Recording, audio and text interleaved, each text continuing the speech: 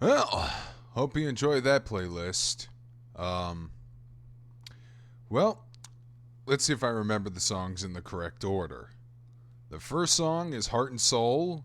Lance, if you don't know what the anime it's from, it's actually from Ikitosen Dragon Destiny, the second season. Um, the second song was Little Mac's Confession. I think it's an OC remix or I forgot who did the. It was so long ago.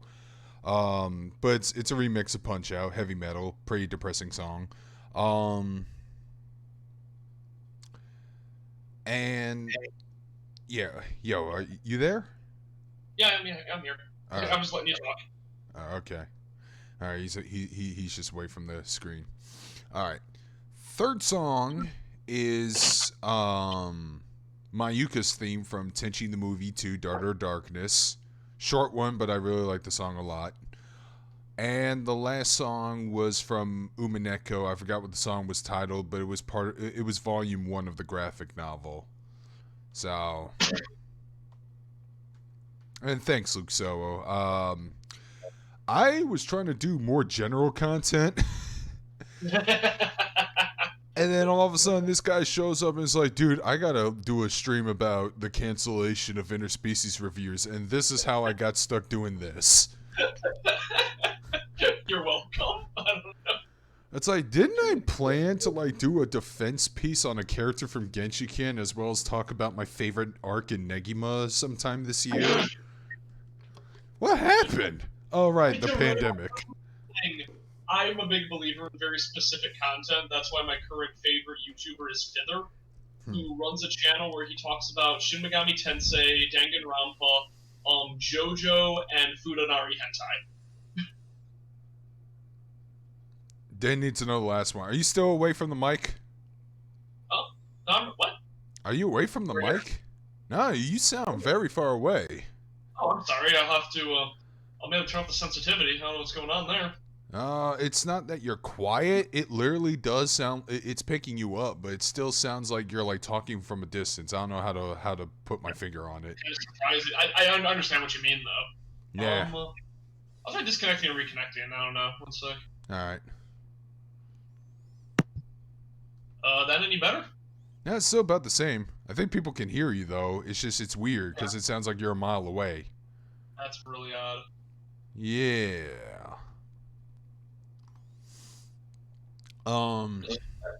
Maybe like this. Is that any better or same problem? Nah, I just damaged my mic. maybe you're using the wrong mic. Maybe you need to check your Discord settings. You might be using the wrong mic. You know what? I think I might be. Oh God. Oh, okay, that should be better. There we go. That's much Son better. of a bitch. I know exactly what it was, and this has been a problem for me for a little bit now. But I bought a Oculus Rift, and the Oculus sitting in front of my computer was picking up my voice. Yeah, that and for some reason my computer likes to reset my mic settings every week. No, that happens every time I turn on my computer. It's like, no, you want the audio coming out of your Oculus headset. That's far away. Apparently they're going to make a Dragon Maid season 2, dude. Yeah, I did hear about that. Al tagged me, and Opie Lolly or bust. Do you know about that character? No, I haven't even watched season 1. Okay, so there's a character that was written out of season 1. I don't remember her name, honestly, but she is like the most quote-unquote problematic individual in the entire manga. She is this random girl who's like I think slightly smaller than Kana, has massive tits, and the first thing she does is give Kobayashi a dick. And everyone talks about how wholesome the anime is. I'm like, oh, you don't know how horny the manga is, you casuals. Oh, I think I need to read the manga then. Yeah. But no, like the manga's just super horny and like not like it's like not PC at all. So, that's like, even better because the people were so angry about this character. Funimation fucked up the dub and made it too PC. If you Hey, remember that dub had Kaneko and Kobayashi a cock. I will defend that dub for that reason alone. What about the part where Luke gets a different change of clothing because of those pesky patriarchal blah blah blahs? I don't give a shit. I don't watch dubs. I watch dumb clips that are worth it, and then I watch in Japanese. Oh. Yeah, no, I have been playing Danganronpa V3, kind of going back and forth, going like, oh, I wonder how they handle this line in English. And I do like the Japanese a lot more, especially Ganta. Oh no! The thing is, my favorite girl, Miyu. Ganta talked. There were 3 characters in the Japanese dub that talked in referred to themselves in third person, but they decided to keep that exclusively to Ganta because he looks he looks like fucking Tarzan, but is actually but he dresses like a smart person. And he's like an entomologist, so no, Ganta need to be gentlemen. Yeah, Ganta need to be gentlemen. Ganta raised by wolves. Ganta's I love him. I just can't wait for you to finish that fucking game because you and I are gonna have I finished the part you're thinking of. That's why I said I'm emotionally exhausted. Wait till you get to the final trial, and then you and I are gonna have a long fucking talk. I feel like I'm gonna be screaming because I did just randomly I don't remember. I'm trying to remember what it's called. I always forget, but it's like the psychological term for when you get into something, then you start seeing it everywhere. Like I didn't hear anybody talking about Danganronpa V3. Then the second I started playing it, I've been having to avoid spoilers like the plague because everyone seems to want to talk about it in the message boards I hang out in. You didn't tell anyone that you were playing the game, did you? No, only you really. Okay. You and I've been spoiling it for Al because he's not going to play the game ever. Oh, I already told him. The big twist at the final part, and I told him. You probably forgot. And when I told him, I said, "Do not tell Jason this because I think he would actually kind of love this twist." But here's what really happens. So one of the things we were bringing up that like kind of ties into Danganronpa a little bit is he sent me this picture of kind of a Wonder Woman with like sort of bad proportions because it was drawn by somebody in like kind of Steven Universe art style where everyone's like sort of pudgy and looks like a soccer mom. Oh yeah, that terrible artwork. And I was basically saying like I think there's an issue where it's almost impossible to make a chubby character look cool, but if you go all the way and make them obese, you can probably make them look like a badass. I mean, you probably could, but SJWs don't know how to do it. Bob and Tekken. Bob and Tekken is the best. Kingpin, even though he's super muscular, like looks obese in most of his roles, but he looks fucking cool. Wilson Fisk is a bad man. But here's the thing. You are bringing up male character examples. It's not a female equivalent. Is there? That's true. I can think of something. I don't know. There's that one mechanic girl in Borderlands who I think. Really she's cool. An uggo fuggo. I don't like her. Oh, I think she's cool. She probably is cool, but nah. No, but because I can picture some comic book fangirls want some of that Kingpin dick. Yeah, I can imagine that. I'm trying to think of a obese female character that's a huge badass. I have like one on the tip of my tongue, but I can't think of it. But the one I wanted to bring up is Togami in Danganronpa 2.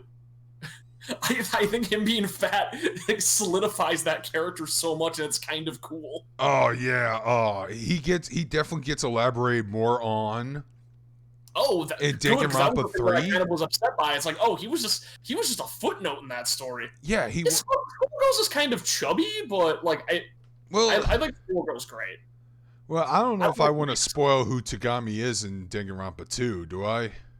Nah, it's probably not a good idea. Well, no, let's just say it was like a huge book, and they kind of didn't do anything with it. Yeah. Well, here's the thing. After I found out like the whole deal behind this character, my joke idea was, what if they did this with this character, doing this, and this? The only thing you're gonna notice is that he's fat as hell. Yeah. And they did that. Yep. And it was kind of great because Togami was my favorite character in the first game I cosplayed. Yeah, Togami was amazing. Yeah. No, funny thing was, I lent my I had a friend who was cosplaying Tugami, and we had to share a tie because he forgot his tie. I can't wait for you to get to the post game content because there's some fun shit with that. Oh yeah. I did a stupid thing where I found out about back routes, and now I want to go back and do all the cases and fire live bullets and everything. God damn! Oh, I'm a completionist, and it's a problem for games like this because it takes so long to skip through things. But yeah, that's what I've been doing with my week. I've been playing a lot of Danganronpa V3. And yeah, I agree with Luke. Fuck Randy Pitchford. Anyways, yeah, fuck him too. The reason why I didn't have a stream last week was because this weekend we're not doing a D&D session, so I thought, why don't I just take a break and then we do an early bird session, get as much as we can done, and then try to get to a good stopping point before we get to that mid-season hiatus. And we were able to successfully pull it off, but I think I might die again. I don't know. Oh god. You know how every Yakuza game, a fucking Yakuza boss sent like 50 people on Kazuma Kiryu? That's pretty much how he ended it, literally like that. So yeah, that's gonna be a whole lot of fun. One of the reasons why I played that Ikitosen song, besides the fact that I actually like that song and that as well as the other 3 tracks, used to be on a CD that I would listen to in my car in college. Studio Arms filed for bankruptcy, which, yeah, to be honest, I didn't even know if they were doing anything in the past 5 years. I know they made something recently. That was actually kind of a big deal. I remember my friend, not my friend, there was somebody in the comments section thinking that me hearing that news was something I'd be excited about. And a guy who watches my reviews regularly said something like, "Good news! The studio that made this piece of shit as well as Ikitosen filed for bankruptcy. We can rejoice." And I go, "Fuck you, asshole!" Most recent thing I watched by them was Brynhilder in the Darkness, which is a fucking weird fucking Master Martial Arts was bad, but it was like a weird anomaly bad that needs to be seen to be believed, which is why I still encourage people to watch it if they want to watch dumpster fires. Yeah. But that, I don't justify them fucking closing down because, you know, the latter 3 seasons of Ikitosen were actually really good to watch. There was a Ikitosen season last year? What the fuck? Yeah, apparently. I haven't seen it. I don't know if Funimation ain't gonna localize it if Funimation is mutated to what they've become. They've localized seasons 3 and 4, and even picked up the first season, the worst one. They don't have Dragon. Most recent, like the most prominent show I really watched by Arms was Mao Yusha, which was great for the first episode, and then it became one of the worst things ever. Why is that? Mao Yusha is basically Spice and Wolf, but in like a swords and sorcery setting. And the first episode's really clever because they're going like, we're gonna like control the economy and like replace this wartime economy with one about agriculture and like end the war in a peaceful way. And then the whole rest of the anime becomes about growing potatoes.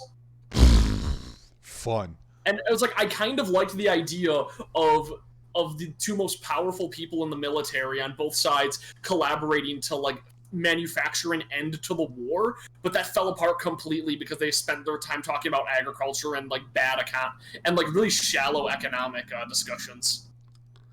I don't give a shit about Dark Screen Carnage. Moving on. Yeah, I mean Spawn, whatever. Been drinking. Oh yeah, Carnage was asking me if I watched Transformers T4. I haven't either. I don't know anything about Transformers. I have yet to see it. But anyways. But yeah, like when Ikitosen moved to that studio, it was still a pretty trashy, terrible show, but the animation was actually really, really good and had some fun moments. So that's why I reviewed the other 3 fucking seasons, as well as the OVA. And I even bought the goddamn Senran Kagura DLC for them, which they finally released about a year later. After, but the catch is they couldn't refer to them by their Japanese names. They had to use their actual Romance of the 3 Kingdom names. Well, that's weird. So Hakufu Sonsaku, Uchu Kanyu, and Hosen Ryofu were respectively named Sunsei, Guan Yu, and Lu Bu. Well, like, But whatever, I'll take it. And technically, it's still the same name, so they didn't really change it. Shit. The only thing I know about Romance of the Three Kingdoms is that the Dynasty Warriors games have gone on too long and they haven't been good lately. No, the recent one is a dumpster fire, dude. Dynasty Warriors 8, I enjoyed. Dynasty Warriors 9, trash fire. I think one of my old buddies, I was staying at his house and he was playing, I think it was 8, and there was a character with a lance that had a rocket attached to it, and he would like fly around the screen like blowing shit up. I'm like, this game looks awesome. Oh yeah, dude. They just go over the top bullshit with their historical figures. And it's a shame. Like, you want to go over the top like that. I want them to make a fucking Dynasty Warriors Civil War game. I want to see what would you do to fucking Abe Lincoln. That'd be awesome. I want to see American history exaggerated like this too. Yeah, man, like fucking American Revolution, George Washington just fucking like slicing like 75 redcoats with his bayonet spin attack. Have you ever heard the Washington rap? It's like an old video, but it's like Washington, 8'6", weighs a fucking ton. It's just this horrible exaggeration of Washington. By the end of the song, he's like a kaiju, like murdering British children. If they censor Tenchi Muyo, they're gonna get their balls strung, and then people are going to pirate anime again. You shouldn't censor shit. People will burn everything down. Yeah, and that's why I don't even think they're gonna pick up the latest season of Ikitosen. I'm sorry, that macaroon comment's great. Wait a minute, what the heck is Ikitosen? I have made several videos on my older channel about the series. It's basically a fan service anime that's also a martial art. Like, as a high school territorial war. Yeah, don't they all like manifest the spirit of like some great warrior? Yeah, they each carry Magatamas, so they're basically like the reincarnations of certain old warriors and shit. Some of them might actually get a lucky draw, like Sunsei becomes Hakufu, even though she's an idiot, she's still a pretty competent fighter, at least in later seasons. Or you could be like Liu Bei and just become a bitch bookworm. Which is why Veronica Taylor hates the anime so much. She dubbed that character. Speaking of Magatamas, I am currently coaching my friend through Nocturne because he was really interested in playing it, but he's like, I am way in over my head. Can you give me some advice? And I was basically guiding him through. I might go crazy because he does not play games the way I do. I'm going, okay, now keep an eye out on your move sets and like don't fuse things away. Fuses his entire team into 3, like he takes a team of 6 demons, fuses them down to 3 demons, and I'm like, okay, give them, like, pay attention to their skills, like, you just hit fuse anyway. So he fused away, like, all of his demons that had buffs, like in the very first town. You're an idiot, and you're gonna die, and I hope the Matador sodomizes you. Pretty much, I'm just saying, like, okay, I'm basically sending him videos of people, like, playing the game in the worst possible situation. I sent him the Gnarly video of Gnarly playing the game without buffs. I'm like, this is the worst possible scenario, so do basically what he does and you'll be fine, but use buffs. Alright, I'm done showing off this pizza. It's a delicious pizza. I have it every week. Yeah. Shrimp. I'm drinking shrimp with I'm drinking some pineapple. mango habanero cider right now. Wait, Tom, I wonder if there's a good anime about Japanese delinquents? There's a ton of them. They're awesome. Yeah, there's Cromartie High School. Cromartie High School? Dude, even though a lot of people don't like it, I really liked Beelzebub. No, I was gonna say, there was like a fucking old-ass 80s anime about high school girl delinquents. Yo, the best kind. I forgot what it was called, but Kenny Lardale did a video about it, and I'm like... Yeah, it's called like the manliest anime. It starts with an O or something. I gotta look it up. Yeah. Jojomon, I've never really played any of the Dynasty Warriors games, or any of the Warriors games in general. Stop asking so many questions, please. As long as I can keep up with them, I'm fine. I'll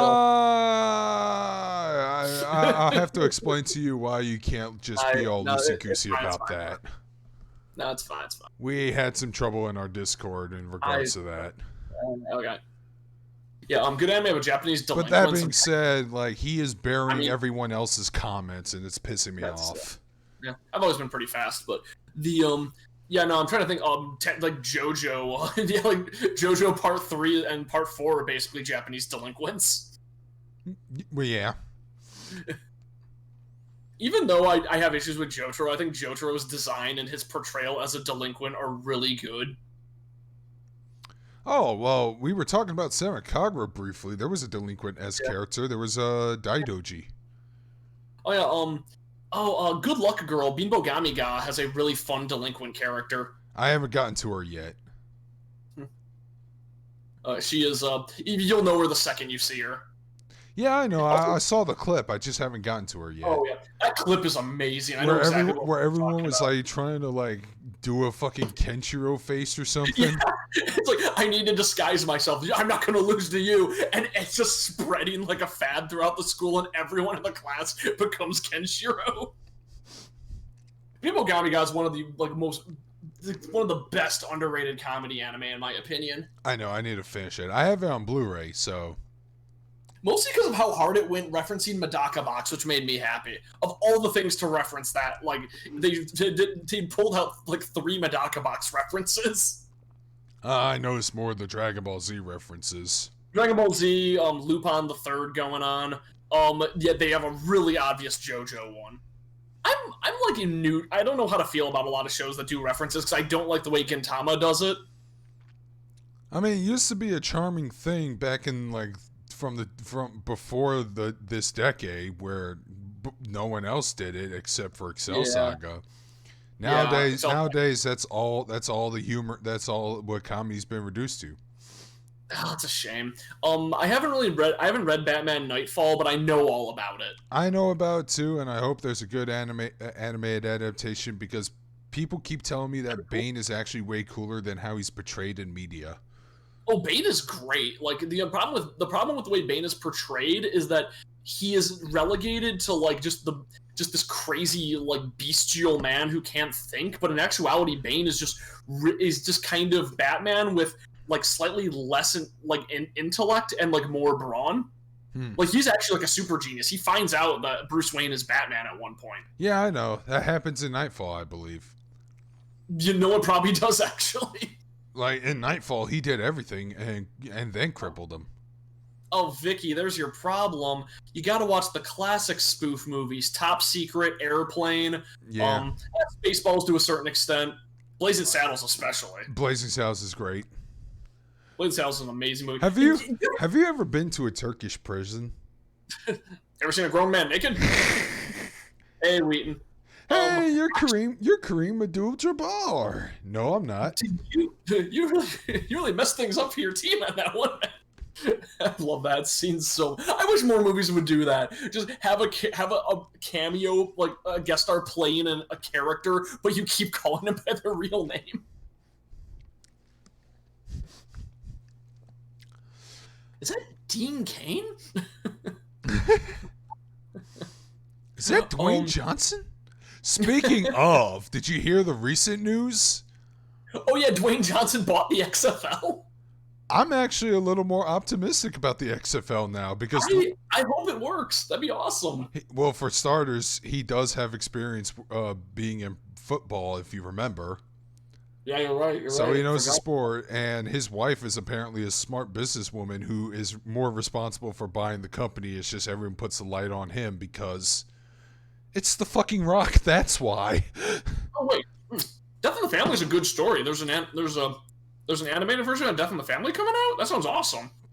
Yeah, that's weird because I saw Under the Red Hood, which it opens with like the only thing about Death in the Family that's worth reading, which is the Robin's death. Yeah, that's the part that confuses me. Well, Dwayne's retired from Dwayne's retired from being a wrestler, but he can still own businesses and be a movie star and shit. Yeah, he could still run for president. Yep, there's that thing that is like I really, really like Dwayne, but enough celebrities. Just imagine, yeah, but just imagine like 10 years from now, this guy you used to watch in the 90s on fucking Monday Night Raw when he was fighting a drunk hillbilly from Texas became president. Yes, but okay, you're catering to the fact that I want reality to be as stupid as possible, but I know it's a bad idea to want that. We're already there, though. You know what? There's no going back. So why don't we just embrace it? At least give me a celebrity that's charismatic, unlike this pig shit. I want Dwayne to win the election and give the people's elbow to Trump live on stage during his inauguration.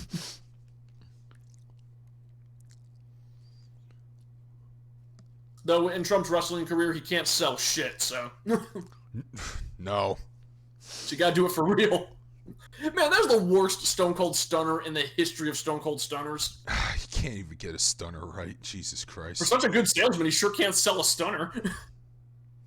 Speaking of professional wrestling, or speaking of my wrestling campaign, I decided to end my season with a tournament, and so far our rating is in the high 90s. Alex Thompson continues to be reigning champion, but the tournament is going to decide who the champ's going to be for the Louisiana Wrestling Society. Yeah, he's already a semifinalist, so he's secured so far, but he opened with a 100% rating match. We got 15,000 people in the seats. We're charging $20 a ticket, but we got more eyes on this now. Good. A newcomer named Kurt Kidman, entered the scene. He was fighting like a smaller MMA guy, and he managed to win. So things are going great. I can't wait to see how this tournament ends in my promotion. Oh man. Oh, Elle just sent me some bad news. I gotta fact check it really quick. What's the bad news? What's it about? Kamala died. Who died? Oh, Kamala? Yeah. The Ugandan? Hold on, I need to talk. Bring this motherfucker in here. Okay. One sec. I already yelled at him. Because Jim was talking about him a week ago, and I watched this little mini documentary about Kamala recently. And he's a Mississippi native, so I kind of live next to him. Oh. So I just messaged him. I said, "Get in the chat, bitch." Get in here now. Damn it, Al.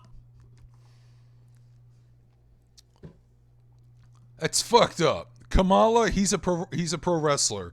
Like I said, he's from Mississippi, but they branded him as Kamala, the Ugandan giant. And he was a big dude who managed to beat Jerry Lawler in his debut, and then he started beating up all the undercard faces. But then Jerry, he worked around the territories, and we're talking pro wrestling. Yeah, every time. By the way, all the women who are all the people in my chair confused are women, which is unfortunately solidifying Jim Cornette's really fucked up statement when he said there's no female wrestler fans. Oh no.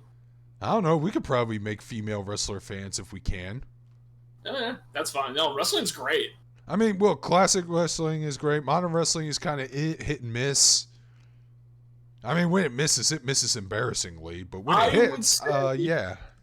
Yeah, he died. Yeah, he died today. Oh. I'm going to have to rename this stream now. Oh, dedicated to Kamala. And unfortunately, the guy had diabetes, so he had both of his legs chopped off. So he was he was a double amputee. Yeah, and like I said, this week I was looking up on him. I was like, oh, how's he doing nowadays? And it was pretty depressing, but he's living life and whatever. I'm like, and then now, tell Big Al to get his ass in here. Apparently, it just fucking happened. So I don't even think there's like official cause of death yet. But I'm going to assume heart complications because that's a common thing with wrestlers and diabetics and amputees. It probably is. The dude is a big guy. Just look up Kamala, the Ugandan giant. Like I said, it had to be heart It was the 80s, man. You were able to, you could, his gimmick was that he was a Ugandan savage who was, like taken in by explorers and then forced to wrestle. And also wasn't it implied that he was a cannibal, and they somehow taught him the rules of wrestling? But yeah, Jim Cornette, like I said, Jim Cornette was talking highly of him. He actually really liked Kamala. And Jim Cornette hardly likes anything. So yeah, Jim Cornette hates everyone. Jim Cornette is like the peak boomer, which is why I love listening to his podcast, man. I can't wait like 50 years from now when we're in our 70s and we be talking about how modern video games suck and we talk about the good old days. I do that now. Yeah, you got a point. And gaming peaked on the PS2 at the PS2, GameCube, Xbox era. Damn it, you're right. Because that's when you got the weirdest, most experimental shit. I talked about this before. The worst era in all of video games was the generation title after that. PS3, Xbox 360. Mm-hmm. Like, that was just really bad. Everything was brown and gray. Nobody knew how to program in HD. And, like, all the good studios were, like, tanking because they didn't know what to do. Oh, apparently he faced Daniel Bryan, Ring of Honor. That's awesome. That sounds awesome. Jesus. Yeah. I forget, like, how long Daniel Bryan's been going. Let me see if I can find an image of Kamala, the Ugandan giant. Yeah. Well, we all became boomers, ladies and gentlemen. Yes, we have. Boomer's a state of mind, and I'm pissed off and salty enough to exhibit it. No, you got the hiccups. Yeah, I usually don't drink anything like spicy, but like I said, I'm drinking habanero cider. Huh. It's actually kind of good. It has like a bit of a kick to it, but the spice immediately goes away. I yelled at L to get his ass in. Yeah, I did too. I know he's playing Fire Pro, but goddamn it, you can window that shit and you can still get active here. Get your ass in here now. I gifted him Persona 4 Golden and he hasn't touched it yet. I hate when friends do that. By the way, thank you for actually playing Trails of Cold Steel. He gifted me well, I guess it's Action Arcade Wrestling now, and I never touched it. He's all upset about that. All right. Well, to be fair, Action Arcade Wrestling has a long ways to go. God damn it, dude! Like, he knows the people there. Can I please advertise a commercial? Oh, he probably messaged me. I want to narrate a fucking advertisement for those guys. Because I can pull off a real... Okay, so this is the professional wrestler Kamala, the Ugandan giant, at his prime. Oh, yeah. Oh, Jojomon mentioned he has a Mr. T figure. Yeah, that's good shit. Mr. T's the best. All right, where is he? Oh, boy, what are we talking about? All right, fucker, get me in. Enter the chat room in Magus Society. Yeah, there he is. Oh, he's here? Let me check. No, I'm saying there's Kamala. Because of the delay. But, I also love the fact that he's Ugandan because Uganda has become the memeiest country in Africa. Because they make those amazing movies. And don't forget Ugandan Knuckles. Yep. They love Ugandan Knuckles. So I love that Uganda loves Ugandan Knuckles and everyone else is getting offended for them. What did I miss? You were the one that dropped the bombshell on us, telling us that Kamala died. Yep. Like, dude, this is how surreal it is. Last week, Jim Cornette was on his drive-thru. Somebody asked him what his thoughts are on Kamala, and he actually said he said some nothing but praise about the guy. Thought the guy was a great worker. They thought his gimmick was really good, all that shit. How they booked him was great. And I've always loved Kamala. I mean, as fucking racist as it's considered now. Yeah, considering, well, it's not that racist. It would be more racist if he was white. But look at the African dream. But considering, yeah, a guy from Mississippi pretending to be a Ugandan cannibal dude. Oh man, Macaroon, I'm sorry, but I love Ugandan Knuckles because it's so stupid. I will say this, he's actually one of the first people to body slam Andre. Yeah. Yeah, and I forgot, didn't he? Man, how many people kicked Hogan's ass? Was he one of them? I think so, yeah.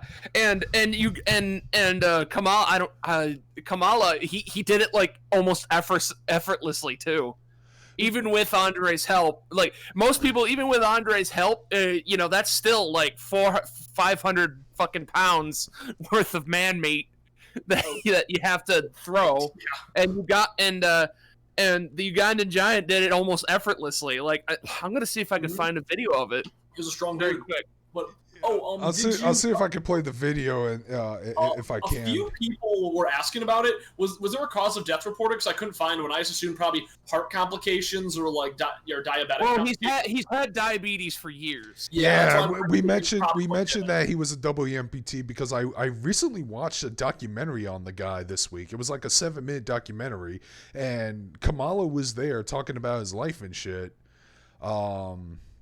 And apparently he lives in Mississippi, a state that I'm right next to, that I would used to visit from time to time. Man, that can be taken out of context. Thank you, Luca. That thing. But what was really funny is that Jim. I a link to the Kamala video. Yeah, but all right. that thing I was talking about is the Bader-Meinhof effect, the Bader-Meinhof phenomenon. When you learn about something or you're thinking about something, and then something relating to it happens around you. So that's what Kamala's death is like. All right.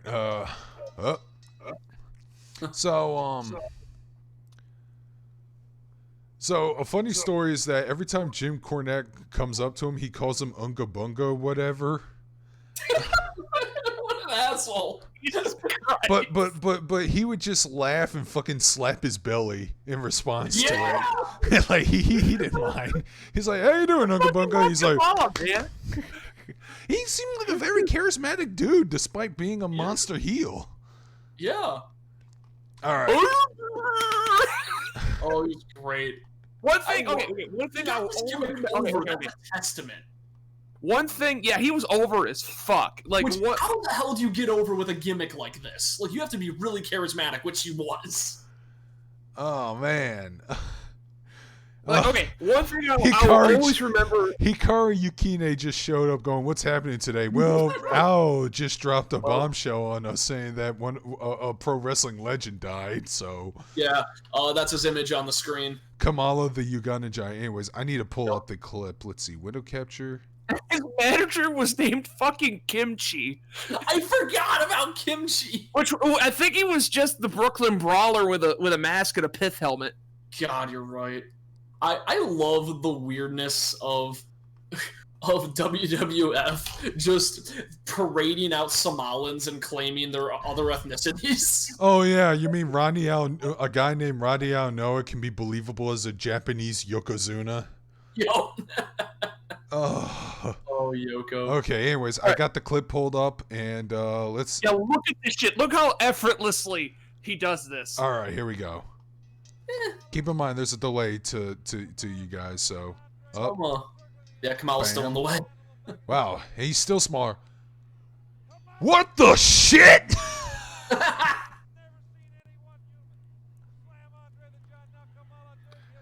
Kamala, get the fuck out of the way. Holy shit! Did you not take Kamala off the screen? You didn't take Kamala off the screen when you played the video. No, I didn't. Why? Was he in front of it? Yeah, he was in front of the video. Shit. His giant man titties are blocking the experience. Oh. Okay, okay, take 2, ladies and gentlemen. Here we go. And the video didn't even play. All right. It didn't? No. It didn't. I saw it scroll. This just reminds me of that meme where it's like titties are temporary, but Kamala is forever. Yeah.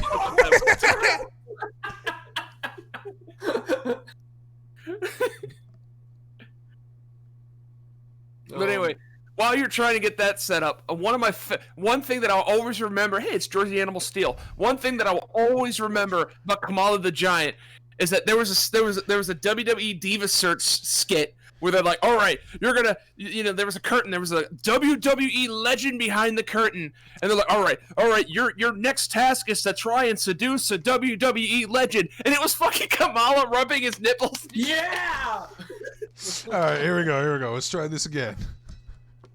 It's like a dating sim.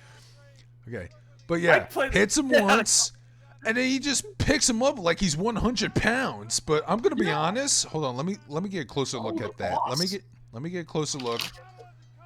Are you sure Andre didn't help by like jumping a little bit with his leg? No, I'm saying like even with Andre helping, that's pretty fucking impressive how fluid that body slam is. And people keep saying wrestling's fake. Like think Hogan struggled to pick him up. Yeah, that was Hogan. that was the whole build up too. Yeah. Like I think I remember. Wait. Let me see if it actually played the clip. It's not playing the clip. I think you have to get it out of full screen. Oh, fuck off. I think I remember Hulk Hogan talking about how like he tore a muscle in his arm trying to do the slam, and then here's Kamala doing it. Now that being said, Andre was probably weighed a lot less back then. Just look it up yourselves. God damn it. All right, let's try this again. Just admire Kamala. Yep. Let's try this again. I keep forgetting that Kamala Harris is a person, and I type in Kamala slams, it's Kamala slams. All right, I'm just gonna play the window as it is right here. Yeah, that'd be for the best.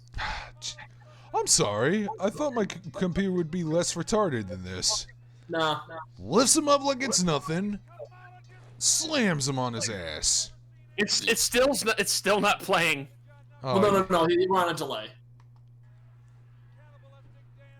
Say when. Please say when.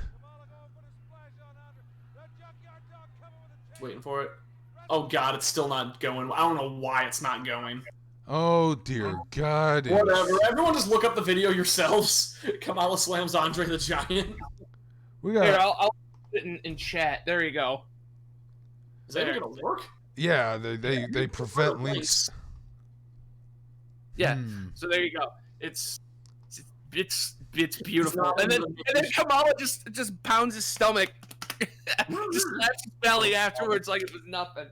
God damn it, dude. Oh well. OBS is so lame. Yeah, rest in peace, Kamala. Ugh. That is a life. Yeah, wow, that is very smooth. Holy shit. Yeah, everyone just look up the video. It's on, if you Google it, it's on the Squared Circle, like, Reddit page. It's probably, it's like a gif of it. It's a beautiful slam. Dude was strong. We haven't chased... That was that clip, that image that Al sent me. That's the saddest thing in the world, which was the final promo shot that Andre the Giant ever took. Oh yeah. I don't know if I want to see that. You probably don't. Because I'm still listening to the fucking what's the book called? The Eighth Wonder of the World. It's an audiobook about the myths of Andre the Giant. We're trying to confirm or debunk them. My favorite Andre the Giant story ever was that time he was having dinner with Arnold Schwarzenegger, and then Arnold offered to pay, and then Andre just took him off, like stood up, picked him up like a child, and goes, "No, I pay," and just picked him up and set him down and like pat him on the head. No, I pay. Man, SJWs are gonna get so offended by looking at this Ugandan badass. The Mississippian badass. Who cares? He didn't have any issues with it. It's like, I've never been to Uganda ever, but whatever, I'll do this gimmick. I never played tennis in my fucking life. No, you didn't, Jim. My favorite quote ever. No, you know what's really sad? Okay, so here's something to ponder. You know those the legends of Andre and his drinking? Oh, I love them. Yeah, well, they sound incredible, but they sound incredible, and then you start to realize he drank that much to drink the pain away. That's true. Oh. Because his spine was basically turning into dust. Yeah, man, wrestling is But speaking of so enjoyable, but so depressing. yeah, that's why Suda51 wrote that story in Super Fire Pro Wrestling special. It was right. Man, don't you hate it? Don't you hate it Even when though- Ric Flair murders your family? Woo! Even though Suda51 said in a recent interview he was inspired by Kurt Cobain's suicide to write that story. Really? Yeah. Okay. He said the game was originally going to have like a bad ending and a good ending, depending on if the main character wins or loses. But he's like, but then Kurt Cobain killed himself, and I thought, no, I could probably do something with that. You know what? I just realized, is there like a prevalent case of a wrestler committing suicide? Because I don't hear about that Benoit. yeah, I know. I was gonna say redacted, but besides redacted, and that one Japanese woman from Terrace Oh, House. Hana Kimura, which by the way, Yeah. I picked up this one DLC for Fire Pro. I think it was called Wrestling Stardom, whatever the fuck. Oh, And I don't know anyone from that roster. I just picked it up because female wrestlers can be hot sometimes. yeah. But Hana Kimura was in there. And I was like, oh, it's her. Goddamn. Oof. That's a big oof. Big oofs. For those who don't know, she was on a reality show where she was kind of playing up her character a bit, and then she got bullied online so bad that she killed herself. This happened about 2 months ago, too, by the way. Yeah, very recent. Why isn't every wrestler so like every time we'll talk about like wacky dumb wrestling shit, and then it just turns into the most depressing stories about like people like ruining their lives for the Hey, craft. remember when Owen Hart was kind of a prankster? Oh. Well, somebody tried to do a prank on him. Matt is asking about Suda51's wrestling game. Al, fill him in.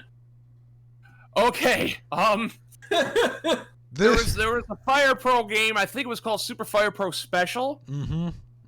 and I think it was like the first Fire Pro game with a story mode, Mm-hmm. and you Oh my follow. God, I didn't know this was the first. And I think it was, and of course they got fucking Suda51 to ride it, and they actually brought him back on board for Fire Pro Returns, which is a continuation of the other story, but basically. You think it's going to be like this awesome, triumphant story about a wrestler going through the ranks, and then, but like as you play it, your trainer gets killed, your family gets killed, and the person who did it was Fire Pro stand-in for fucking Ric Flair named Dick Slender. Dick Slender is so good. And there's two endings to this game. The first ending, which is the quote-unquote bad ending, is where you take too much damage while fighting Dick Slender, who is the final boss, and you fucking die in the ring. The screen fades to white if you take too much damage, and it says you died. The second ending, which is the true ending, and not at all the fucking good ending, was probably even the worst ending. The is bad ending and the true ending. The true ending, where even though you win against Dick Slender, your girlfriend leaves you and you fucking shoot yourself 3 days later. Because you have no one to celebrate the... By the way, I did play the sequel, and my only issue with that game's story mode is that it feels rushed as fuck, dude. And it's way too hokey and cheesy. And my issue isn't the fact that it's not as dark as the previous game, because the whole point of this character is to not end up in the same fate as your dad. And there was a moment in the game which is really hilarious because it's basically ripping off of The Lion King. Because he sees his father's in the stars telling him not to give up. Yeah. Oh, don't shoot yourself. That's a bonus. It was, Okay. Yeah, but I thought the story felt a little too rushed, and there wasn't a Dick Slender-esque antagonist either. I was gonna say, is he in the game? That's No, unfortunate. So, when it comes to sports game storylines, Super Fire Pro is at the top, and a close second, I'm gonna say, is Tony Hawk's Underground 1 with Eric Sparrow. Is that his name? Do you know about what? Wait, what's up? Wait, who's Eric Sparrow again? Just because Eric Sparrow is your rival in Tony Hawk's Underground, who, as part of the story, who's like kind of just being a dick the whole game and like riding your coattails. And as part of the storyline, you do a McTwist over a helicopter, and he steals the footage and edits it so it looks like he's doing it. And then he gets all these. He becomes like the most famous skater in the world and gets all these accolades from Tony Hawk himself. And the game ends with you having to skate him to get the unedited tape back and destroy his career. But if you do New Game Plus, the second he's about to threaten you with the tape, you just deck him in the face and steal his car.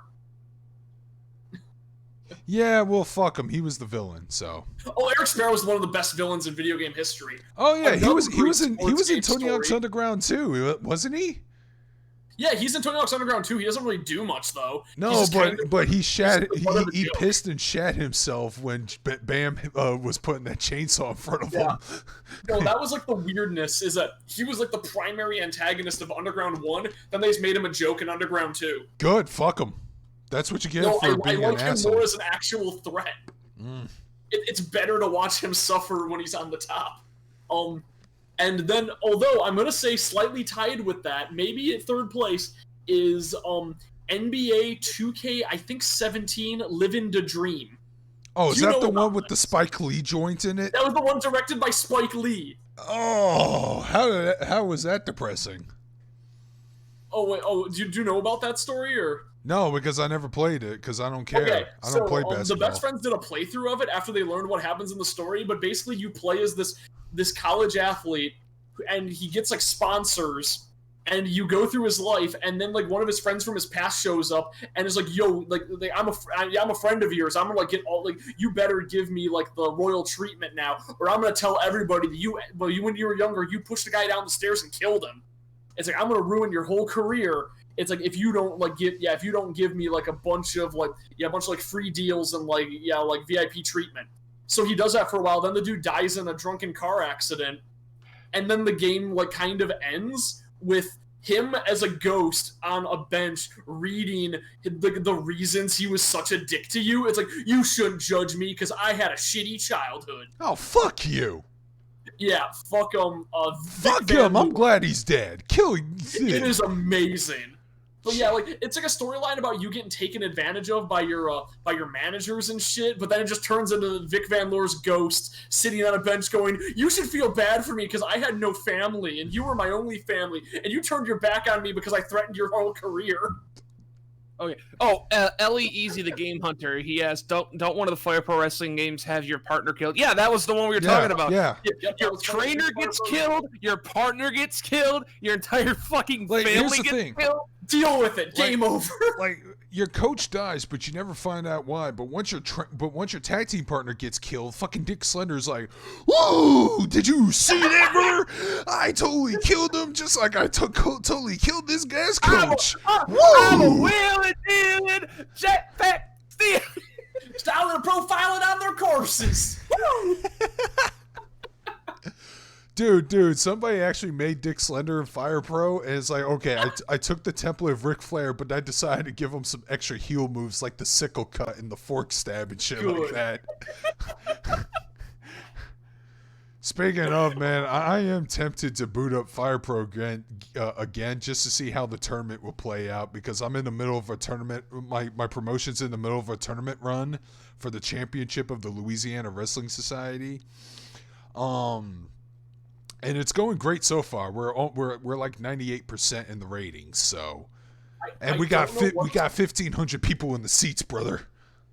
I don't know what spurred this on, but Vicky just mentioned the movie Big Fat Liar, and wow, that is a time capsule of a movie. Yeah, because he's basically, because you were talking about people getting ripped off or whatever, but the whole plot is about getting back at this con man. But anyways, Lucas says female wrestling is just female mud fights minus the mud. No, I wouldn't say that. There's some female wrestlers Watch who are Japan. who are just Watch Japan. That's all I have to say.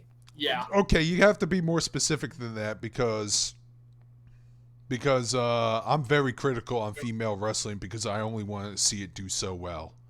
Okay, Joshi. Just Yep. like Joshi. Like Aja Kong, Bull Nakano. Aja Kong, holy shit, Aja Kong and Bull Nakano. Who's Yes. okay? I know who Aja Khan is, but who's Bolakano? How do you say that?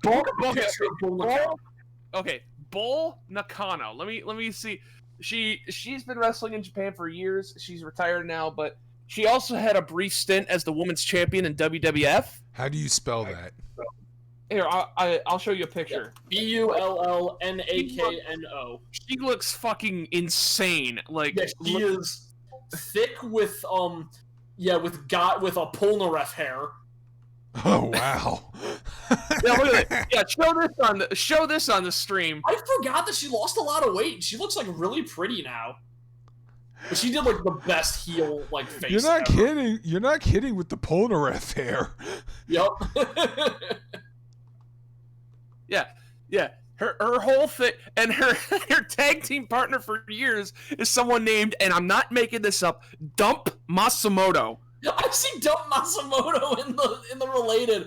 Holy shit! It's just female Dusty Rhodes. Yeah. Oh gosh, she has a swastika on her shirt. Oh Yeah, ooh. Okay, so she started wrestling when she was like 19 for Was All Brocky Japan. Jr. her tag team partner? No, okay. Her whole gimmick back in Japan was that she was like super delinquent. That was she was part of a tag team that I think it was like, I can't remember the name of her tag team. It was like Hell's Destroyers or some shit.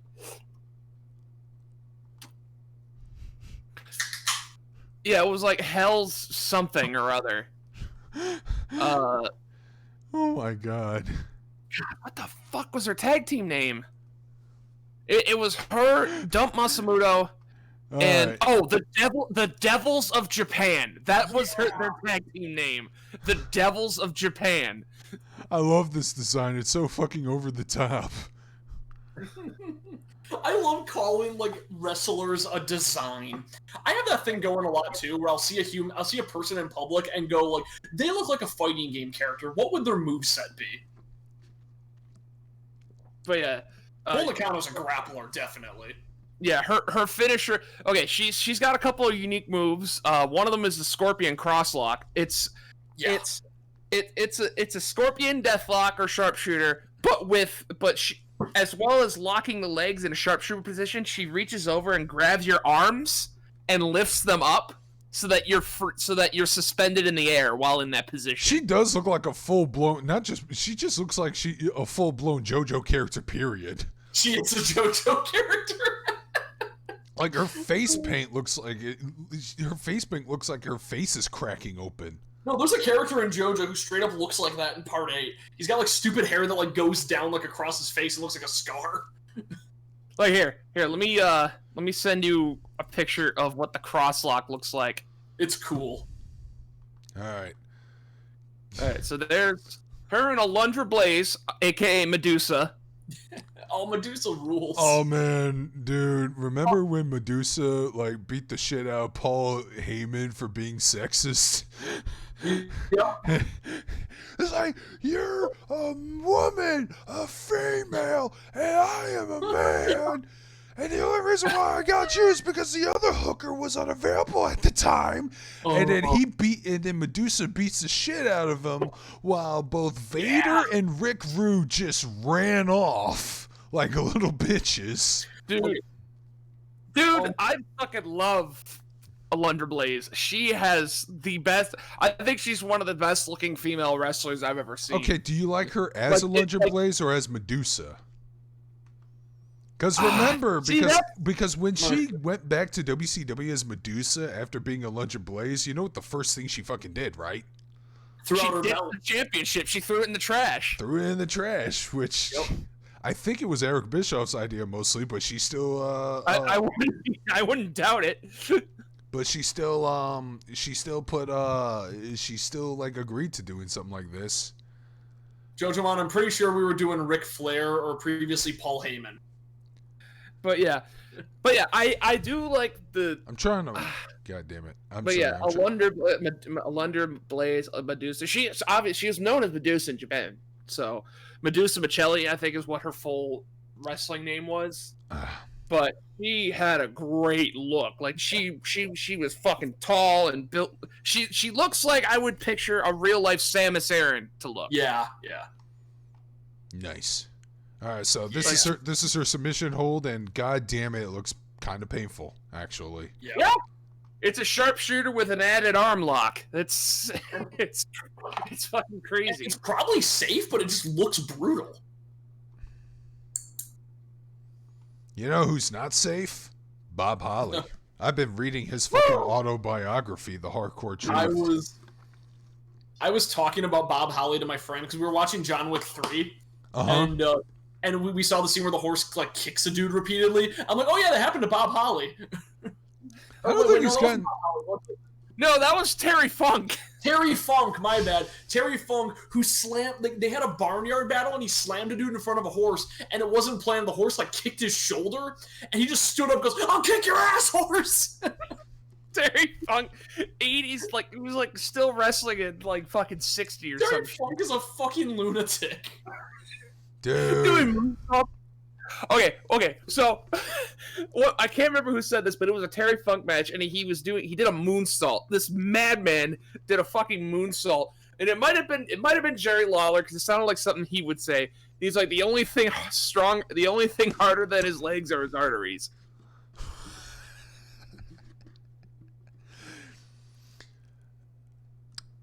Remember that time when Big Boss Man fed Al Snow his dog? Yeah, that was one of the. I remember watching that as a kid, and that stuck with me so much because I'm like, oh no! Hey, remember when the Undertaker lynched the Boss Man? Dude, I wanted to see if they actually had that clip in WrestleMania 15 on the WWE Network, and they did. Huh. They totally had that part of him getting fucking lynched and hanged from the Hell in the Cell. No. Oh yeah, I heard. Yeah, Lance, I heard about Marty Jannetty's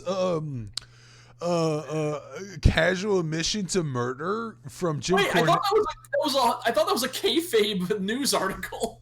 No. Oh shit. No, that was a response. Like, somebody was talking shit to him, and he was like, "This ain't the first time I've made someone disappear." Oh my god. Yeah, Jim Cornette actually knew about this, and he's calling bullshit on for a little bit.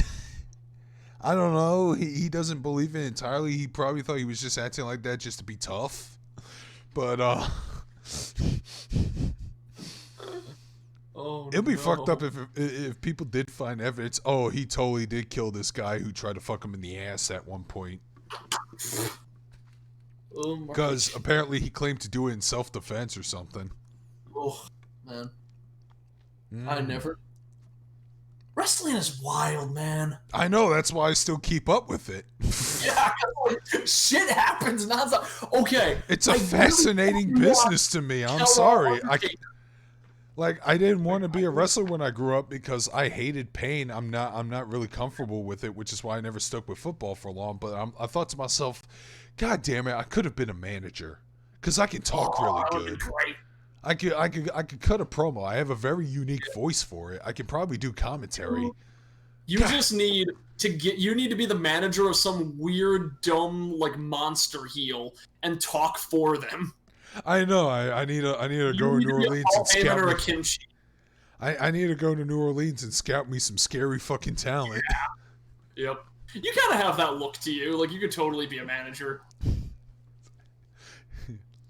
Which is why I've been kind of begging Al. I was like, dude, I don't know, man. If you need someone to, like, do a commercial for your Action Arcade Wrestling, I can probably cut a promo at... I have... This isn't my professional recording equipment, but I have professional recording equipment, and I can definitely work with that. Like, okay, so here's the deal. I've totally done that move before. It's pretty effective too. So here's the deal with Action Arcade Wrestling. In case people, did we talk about this last time? I can't remember if we did or not. Maybe, but whatever. You did, but apparently it's not Chikara Pro, but they got rebranded as Action Arcade Wrestling. Yep. Now we're coming up with some original characters.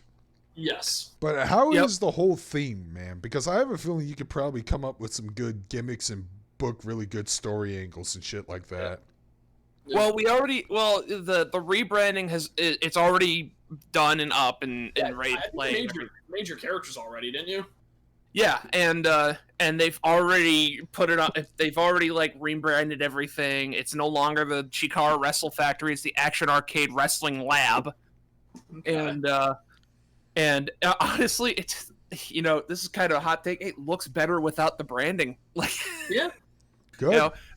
Because fantastical.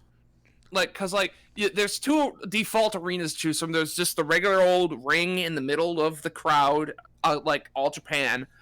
And then there's the retro arena, which looks almost exactly like the neon stage that WWE would have back in the 80s, where it's like the entrance has neon all over it and they walk down to the ring. It looks almost exactly like that. Nice.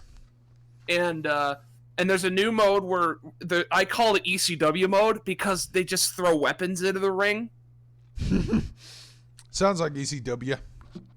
Yep. But it needs to be like that one point in ECW where they just threw chairs just in mass quantities into the ring.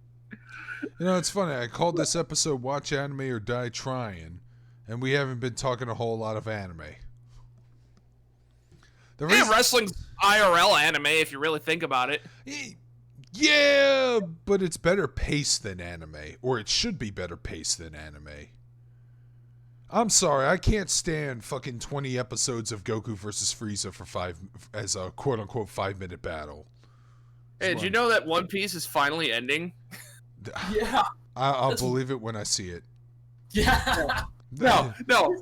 Oda's gonna die, and they're gonna reanimate his corpse to make more episodes. See, that's my biggest fear, because the biggest problem with WWE nowadays is Vince McMahon, according to every fucking interview I've heard on every podcast, from John Moxley to FTR / The Revival to Brody Lee to Eric Young. And my biggest fear is that when Vince McMahon passes away, he's probably going to have himself a brain in a jar, which is going to operate a supercomputer, and he's still going to book fucking terrible ideas. But he won't. But it won't be a very good computer, and it'll constantly lag out. No, exactly. It'll be like, okay, I guess it will be Daniel Bryan versus AJ Styles, and they've been dead for years. Bring them back. And we want Yokozuna. He's been dead for 20 years. Bring in Yokozuna. It's my favorite story. It's so dumb. I never heard about the suspension of Austin Theory. Yeah, I don't keep up, dude. The only reason why I am kind of keeping up with modern wrestling is because Jim Cornette reviews NXT and AEW. Every week, because his fans are asking for it, even though he hates his fans for doing this. But then again, if he stops reviewing those shows, both AEW and NXT will lose about 200,000 viewers. It's weird. Here's a weird news story just came out through the pipeline. Ono quit Capcom. Oh, that was like a year ago, though. Oh, wait, what? No, I swear Ono was still around. No. Well, this is a story from today. Yeah, Yoshinori Ono, the Street Fighter guy? Well, I know he stepped down from working on Street Fighter V about a year ago. Oh, okay, that makes sense. Yeah, he officially quit. Good, fuck him. He won't be missed. I mean, I'm glad he resurrected Street Fighter with Street Fighter 4, and Street Fighter 4 is good. But Street Fighter 5... I've said this already, but Street Fighter V to me is like an ex-girlfriend who is trying to win me back, but is still a fucking screw-up and can't learn from her mistakes. In fact, she's coming up with new mistakes to piss me off. So how long do you think it's going to be before we see a Kickstarter for Alley Brawler number 9? I I'm so happy that from day one, I'm like, no, that Mega Man games suck mostly. I don't trust this. Oh yeah, no, like, Ono got demoted. Okay, I hope he got demoted that makes to. more sense. Okay, he'll do a wonderful job mopping bathroom floors. Now, anyways, God. I forget that that's like a thing in the Japanese game industry. When you fuck up really hard, they don't usually fire you. They just make you do shitty jobs until you quit. oh, and then he'll resign. I guess he doesn't want to spend the rest of his days mopping bathroom floors. Gotcha. You don't want the window seat like the guy who created the Game Boy got, or the pachinko mines like Kojima got for a little bit. Like I said, man, and I heard about the Street Fighter V update announcement. Not from Twinkle Toast McFingerbang, but from just Capcom themselves. What the fuck is that? You gotta narrow it down. That's Kenny Omega. Okay. Wait, he was posting about Street Fighter? Al shared this with me on Facebook. Apparently, Kenny Omega was going to announce a Street Fighter V update or something on August 5th. Kenny Omega is in Street Fighter now, confirmed. Oh god, I'd rather have shit. Surprised at this point. You know what? No, you know what? Hold on. I haven't told Al Wrestlers make this. Street Fighters. I told you guys this, but I never told Big Al this. But you know what I honestly think about Kenny Omega?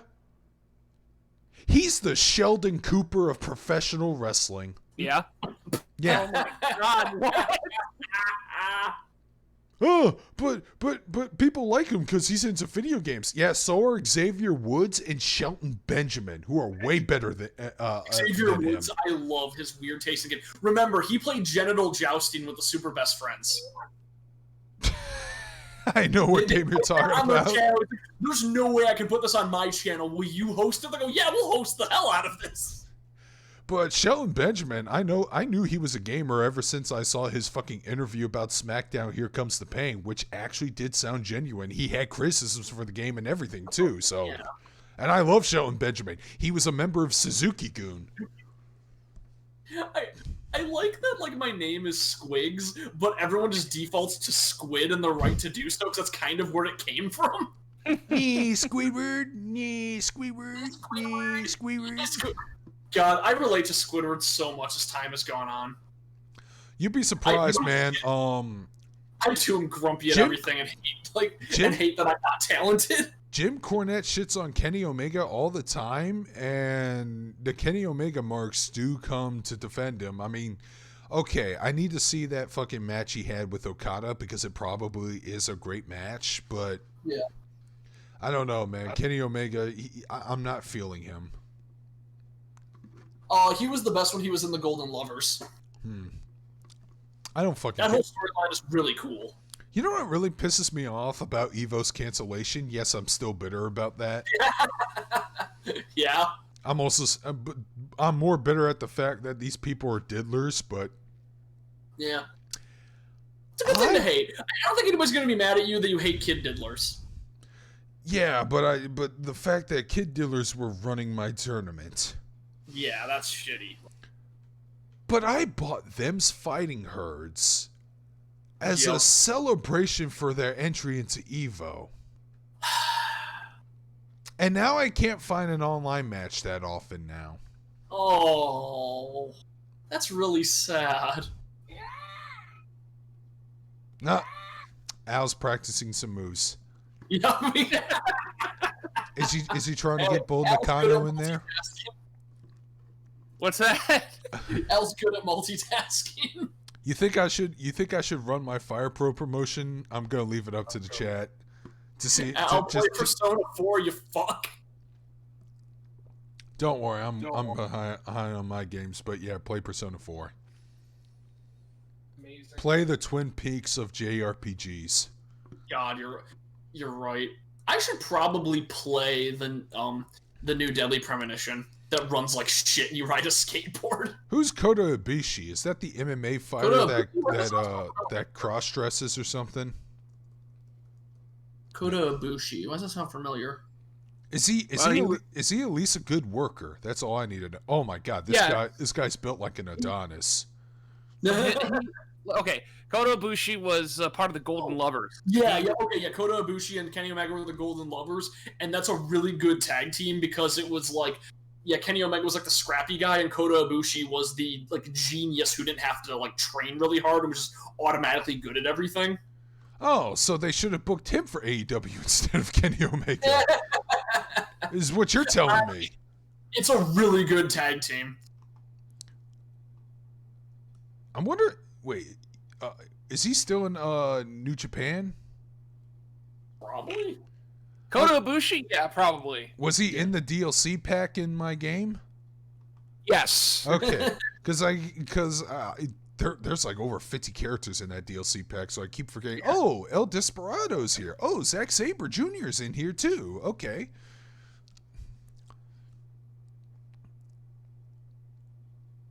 Honestly, I think my favorite wrestler, just in general, of being in a bunch of different stables, is Johnny Morrison. Johnny Mundo. That's what he was Johnny called in. Johnny Nitro. Johnny Retro, because he's in that wrestling game. I think he wanted to call himself Johnny Blaze, but it didn't stick. Plus, that's the name of the Ghost Rider. Yep. So Johnny Nitro makes more sense. But I felt bad for him because he was the replacement United States champion for Chris Benoit. Oh, he was the guy who had to take his place. So when people ask him, "Hey, John Morrison, who died and made you the United States champion?" His answer is Chris Benoit. Oh, yeah. Whoop. That's shitty. Makes me giggle a little, I'm not gonna lie. It is kind of funny in a really morbid way, but yeah. It's kind of like the But I'm gonna leave it up to chat. You guys want to see me boot up Fire Pro so we can actually watch some matches while talking? I mean, you'll at least get to see something on the screen worth a damn. Yeah, whatever. Oh no, I was enjoying the Bull Nakano. I like the Genshiken room. I know. Well, whatever. Yeah, leave it to chat. I'll leave it to chat. Like because like I said, I'm running a promotion. I'm trying to put asses in the seats, brother. Yeah. But Scott Steiner. The only other thing I really want to could talk about is me and Al are way too into Ozaki-chan. Oh God, fucking Sugoi Dekai. Yep, Sugoi Dekai. I love that shirt becoming popular. I think one of my favorite dumb memes is her showing up at Senpai's house and being like, it's like, oh, my favorite shirt got all wet, and that's communist Bugs Bunny, our favorite shirt. Yeah, that's been a meme lately. My favorite iteration of it is it's like mom when I tell her to do something or something is like, this is my house. Mom when she wants me to clean up the place, this is our house, and then it shows the communist flag. Well, okay. About the shirt. There's one vote for yes. Let's see what the rest of the chat says. For those who don't know, Sugoi Deka translates to super huge, and the character in question has massive mammaries. So yeah, she's 4'11", has giant tits, and is adorable, and I love this character. Okay, I have been watching anime. I saw the first 3 episodes of Dorohedoro finally. I should watch that. It seems cool. The only reason why I watched that anime is because there's a character in there called Noi. And she's 7 feet tall and built like a brick shit house. You know what? Let's pull up an image of her, because if I saw her, she would definitely be the first verse wrestler I manage. You'd be too scared to approach her. I'll still do it because Noi's actually a pretty nice guy. Oh yes, about Fire nice Pro. gal. Whatever. Let's see if I can find a really good pic.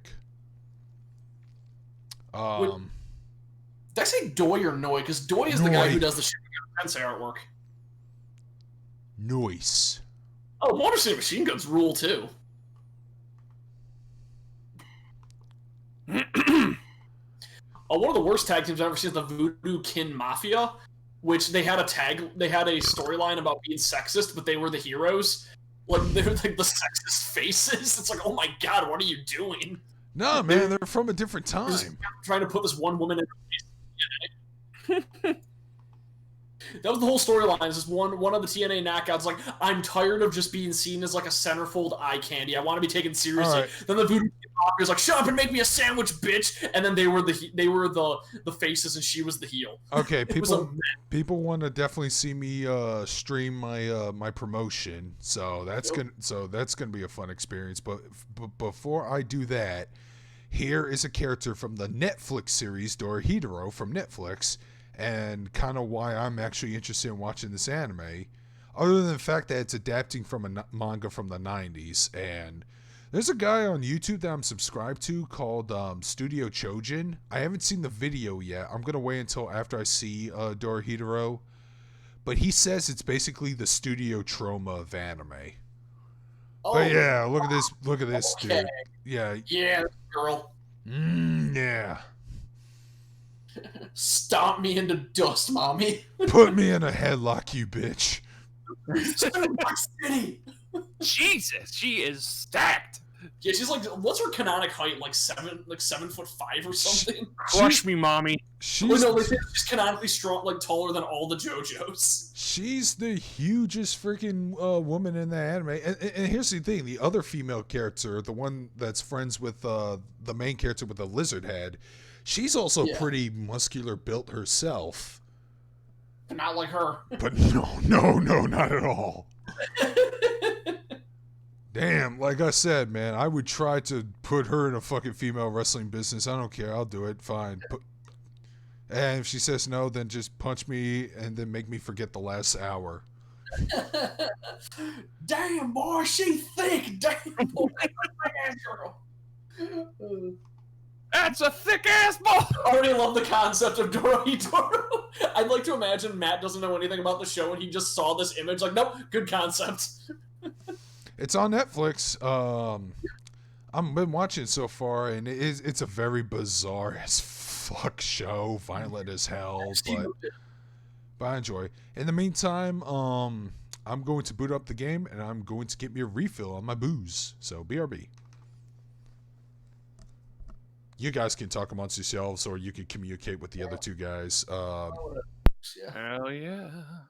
Okay, yep, we'll be reading. In all seriousness, Al, those ideas I suggested, we can do like a Kaneko Man stream or something, or that would be great. Yeah, just get some Kaneko Man characters for Fire Pro. We can book that shit.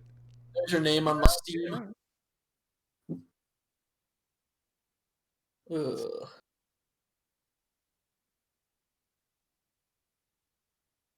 I'm just looking at she's what we call in Scotland an absolute unit. That's not a good Scottish voice. Gotta sound a little bit more angry and drunk. There we go.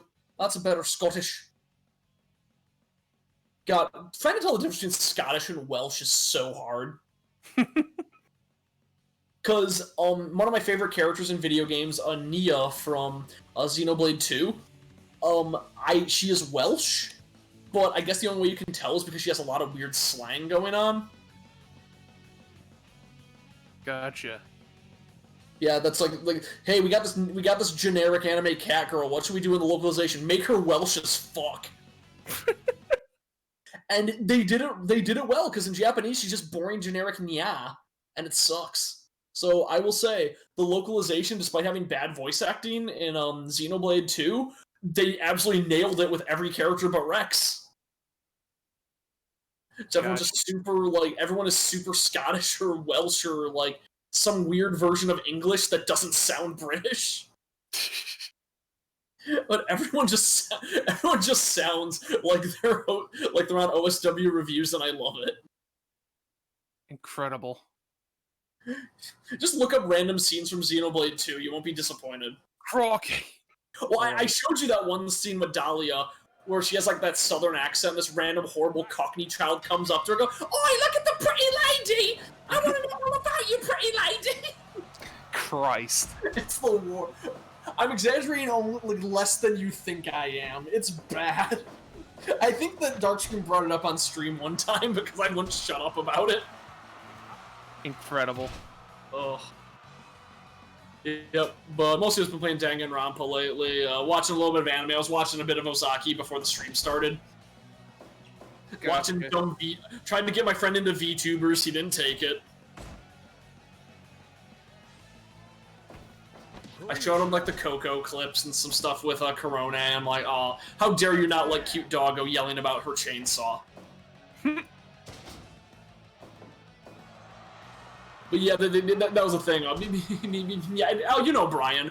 He bought Nocturne recently, and he wanted me to like kind of be his coach a little bit. And I don't have high hopes because I told him, hey, be careful with your fusions, and he just like randomly started spamming fusion. Like, that looks good. I'm like, no, please pay attention to them. You just fused away all of your support demons. It's like, why would you do this?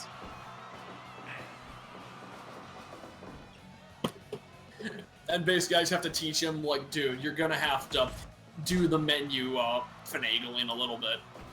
Because that's how I play Nocturne, is select demon, I don't like that fusion, back, select, I don't like it, for a half an hour before I find a good loadout. And then I made a good loadout, used the demon in one fight, then like gave it away for another fusion. Incredible. Oh, chat is being really slow right now. Oh yeah, so I'm drinking that mango habanero Blake's right now.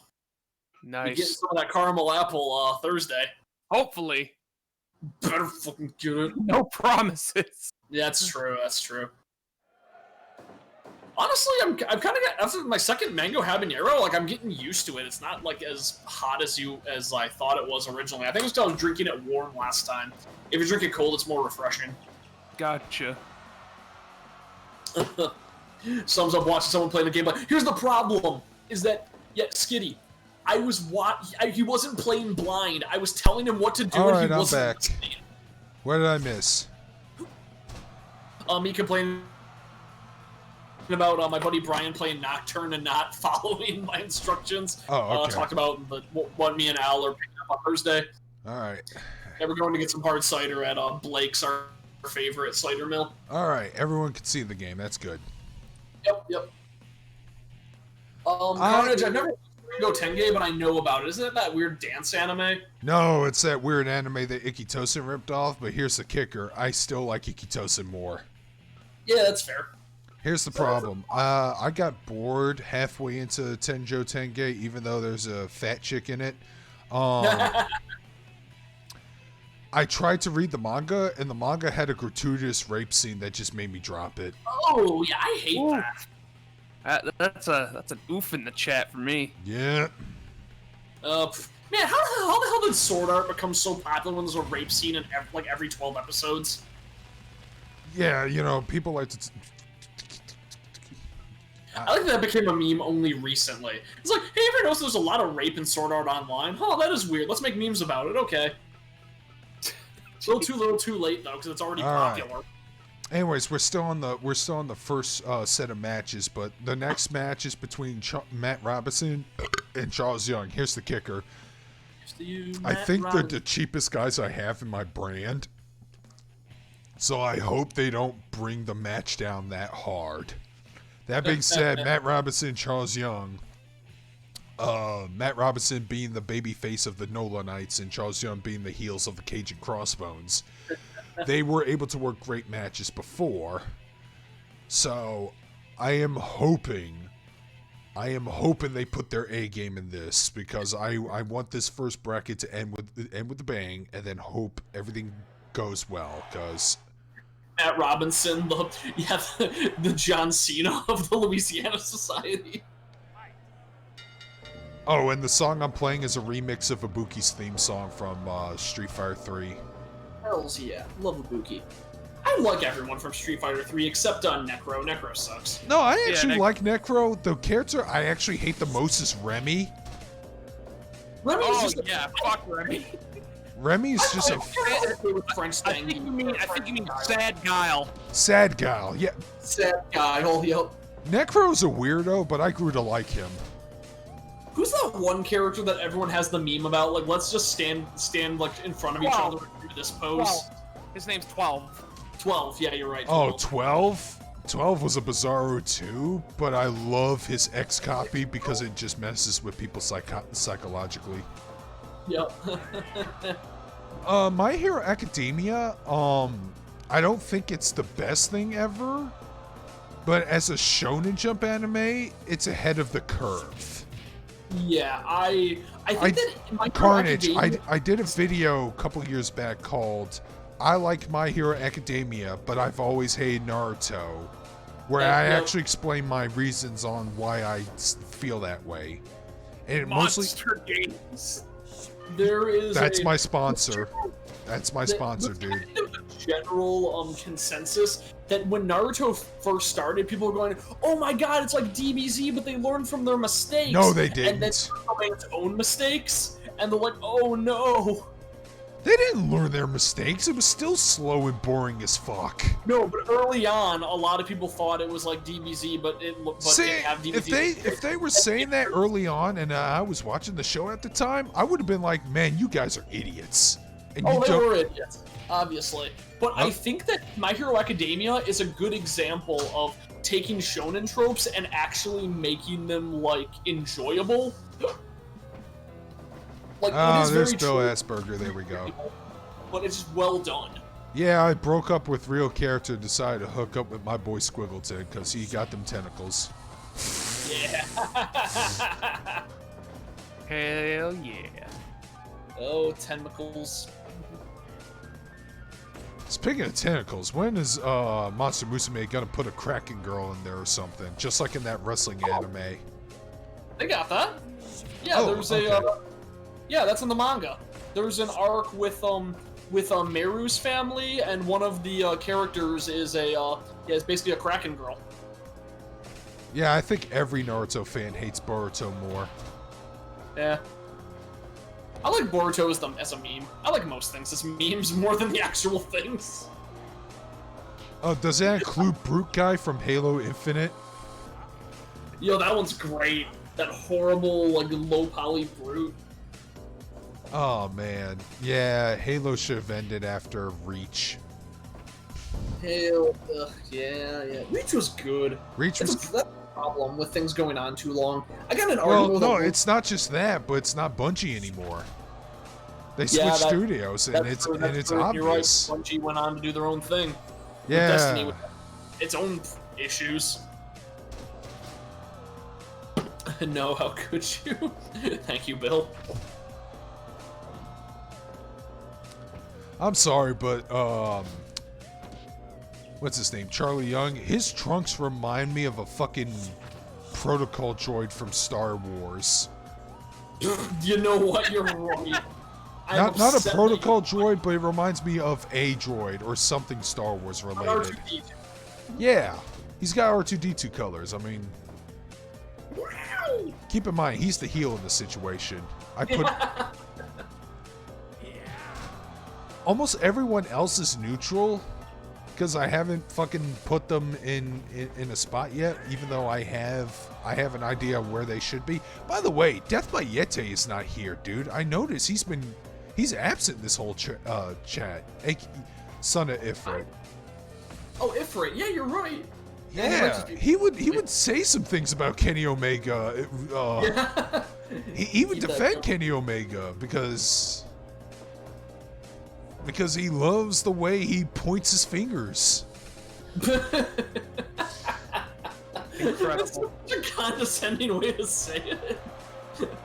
I don't know, man. I just and while we're at it, I know Lance was the one that introduced me to Orange Cassidy. Now, maybe I could be wrong, and maybe AEW is actually building him to actually put up a real fight with Jericho in their next pay-per-view. But the whole gimmick of, hey, I'm a wrestler who doesn't want to wrestle, just perplexes me, even by comedy standards. That's fair. I like it because I kind of have that like weird obsession with what if there's a wrestler who like breaks kayfabe and just refuses to fight.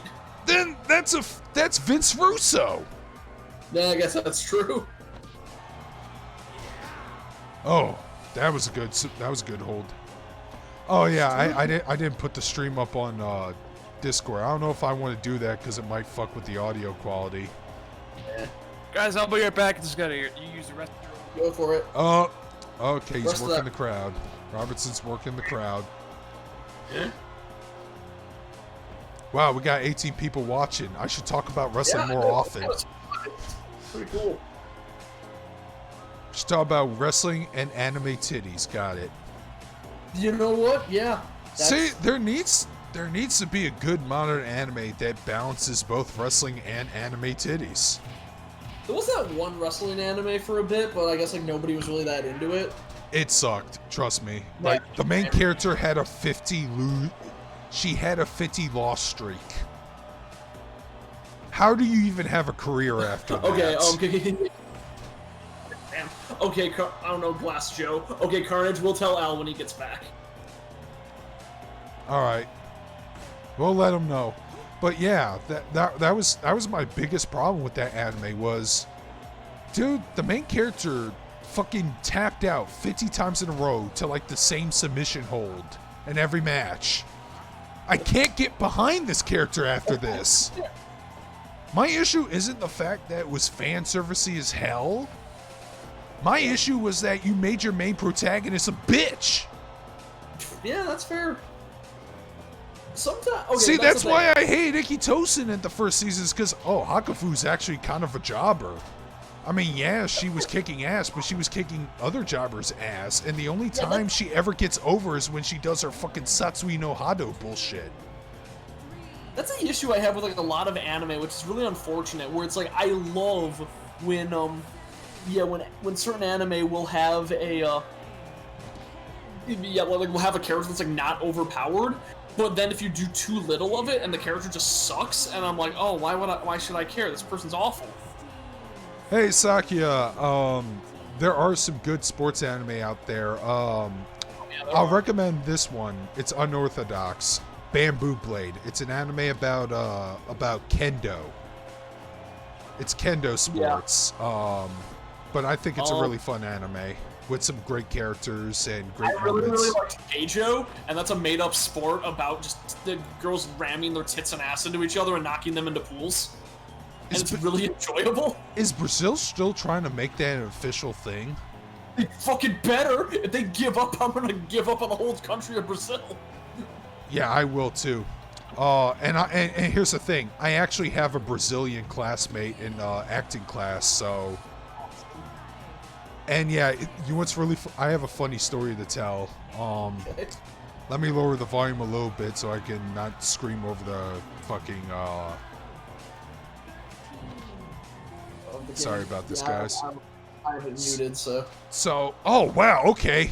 He's actually fighting like a heel at least. He used the steel chair. Okay. Good. I use the chair. So my Brazilian friend / classmate in acting class didn't know how to pronounce beaches. You know, beach. So he accidentally pronounced it as bitches. Good. So he was like, oh yes, our country has like the hottest bitches everywhere. Nice He's not wrong. bitches. And then it wasn't until afterwards someone had to correct him and told him what he really said, and he freaked out. Great. Holy shit, Matt Robinson actually won. He's advancing to the next round. Good. Good job, Matt. Orange Cassidy is the Cody Travers in AEW. Cassidy's character is that he's late, but he's a badass wrestler. But it's like, okay. Yeah.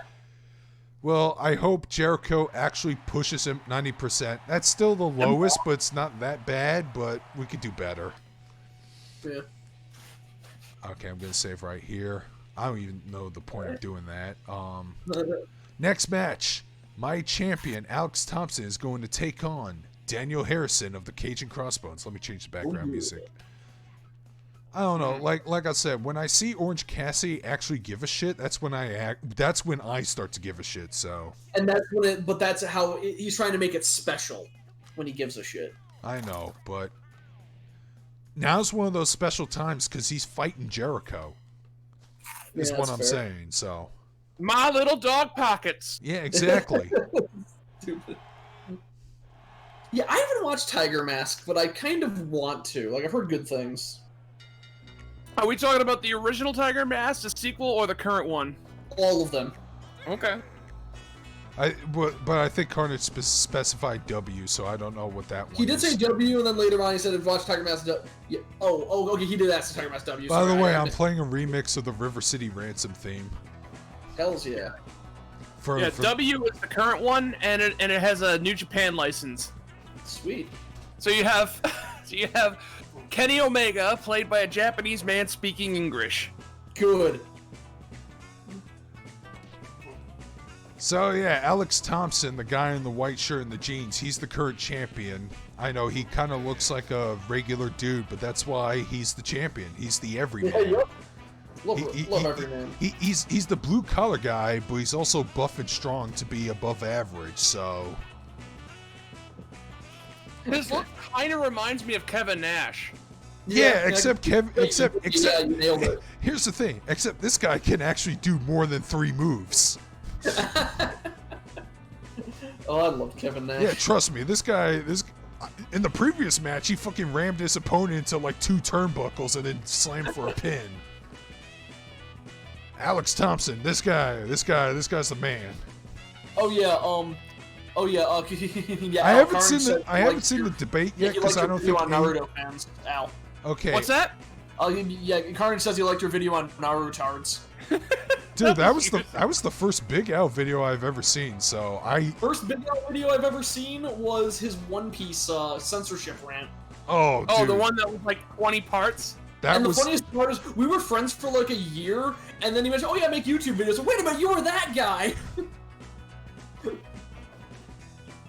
So you know that I wasn't friends with you just to like coattail ride your fame.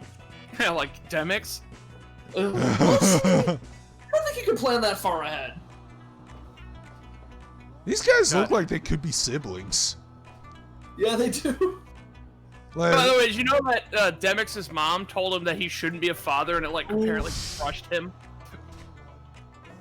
I don't think. Well, she's not wrong.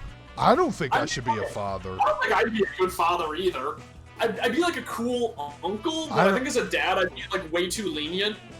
Okay, I am already an uncle, and I'm cool in that role. I can instill wisdom of gaming on my nephew if I want I to. want to be an uncle, but my Oh God, wow, that's a good slide under. I'm not gonna lie, that was pretty good.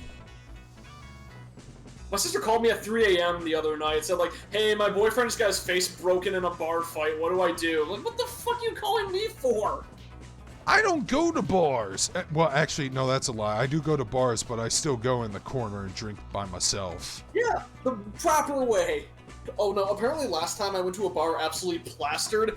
I was taught like my friend, some people I was with came in. It was at a Oh, whoa! What like, the fuck was that? What the hell is he doing? some people came in, they saw me He just chatting with two fucking girls. bitch slapped him and they thought until I he was moved. cool. Oh, look at Apparently this, I was guys! Yelling about my Dungeons and Dragons Guys, game look at this! Look at this! He fucking slaps him and all the way to the next corner. Slap the shit out of him. NHL slap shits.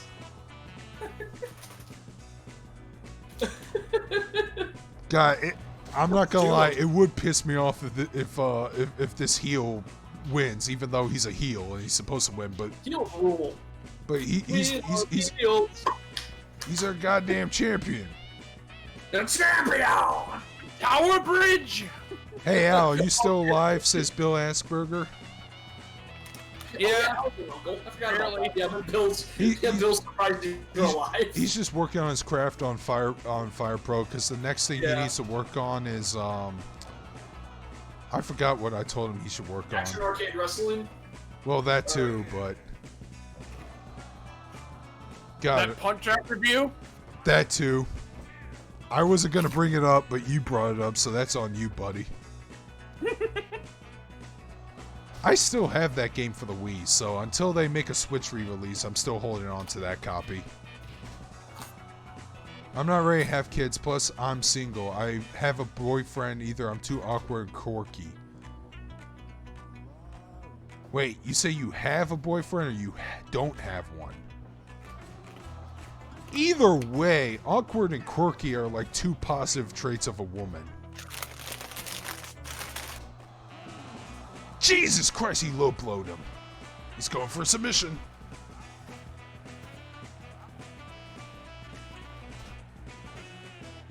God, the only Fire Promoter is actually not that bad, but it's not season mode from SmackDown versus Raw, where it's a little more detailed and intricate, because I definitely wish I could book angles, because I would book these two as like fucking siblings. Holy sh... Oh, okay, he got a rope break, never mind. I thought he tapped out. Yep, I was in the bathroom. Okay. Macaron says she's not ready to have kids either. Yeah. Who isn't? Nobody's ready to Carnage. have kids right Carnage. Hey, Carnage asked, what are our thoughts on the Juggalo Championships and Insane Clown Posse? They're awesome. I love the Juggalo Championship shit. I don't think highly of Insane Clown Posse as wrestlers. As human beings, I love them. They're great. Whenever they're involved in a news story, I just can't keep my eyes off of, to the point where Violent J, how much money do I have to fucking give you in order for you to narrate your own goddamn audiobook of your autobiography? Seriously, what Indiegogo campaign we need to fund for that to happen, because I will throw money in to hear you listen to your audiobook. Money. Oh, message redacted? Why, Macro? It was an honest point. It was an honest answer. I mean, I don't have one. A boyfriend. Okay. Oh, okay, yeah. I'm too awkward and quirky. Well, okay. Available. Chat like a Japanese idol. I like it. It might be. It just might be in the region she's in. You know, awkwardness and quirkiness doesn't sell in certain areas. In some areas, yeah. All right. Guess what? Alex Thompson, our champion, still keeps his belt until the finals. Like a hero. Good.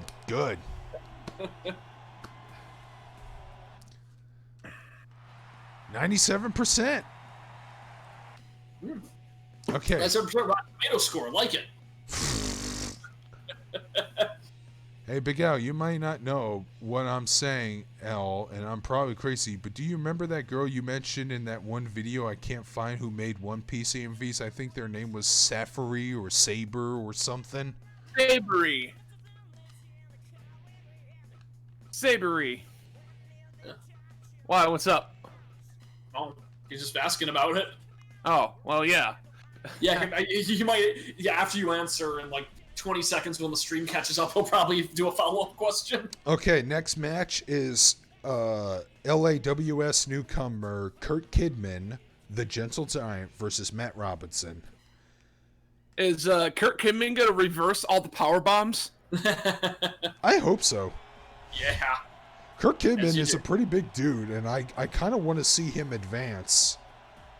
Well, I was thinking about like Billy Kidman, how he his entire gimmick was that he would reverse every power bomb that was given to him. Are they still around? He's asking. That I'm not sure. I don't even know. That I'm not sure. I'm not sure if Sabery's still around. I used to talk to them on Discord, but they kind of dropped off the face of the earth. I think last I checked, they worked as a local police officer. Oh, but that's all I know. Well, I hope he's a good cop. Yeah. Because apparently cops are unpopular. Yeah. Cops are not over right now. Yeah, I know. Which is why if I were to book an angle, it would be like the Big Boss Man versus Ron Simmons.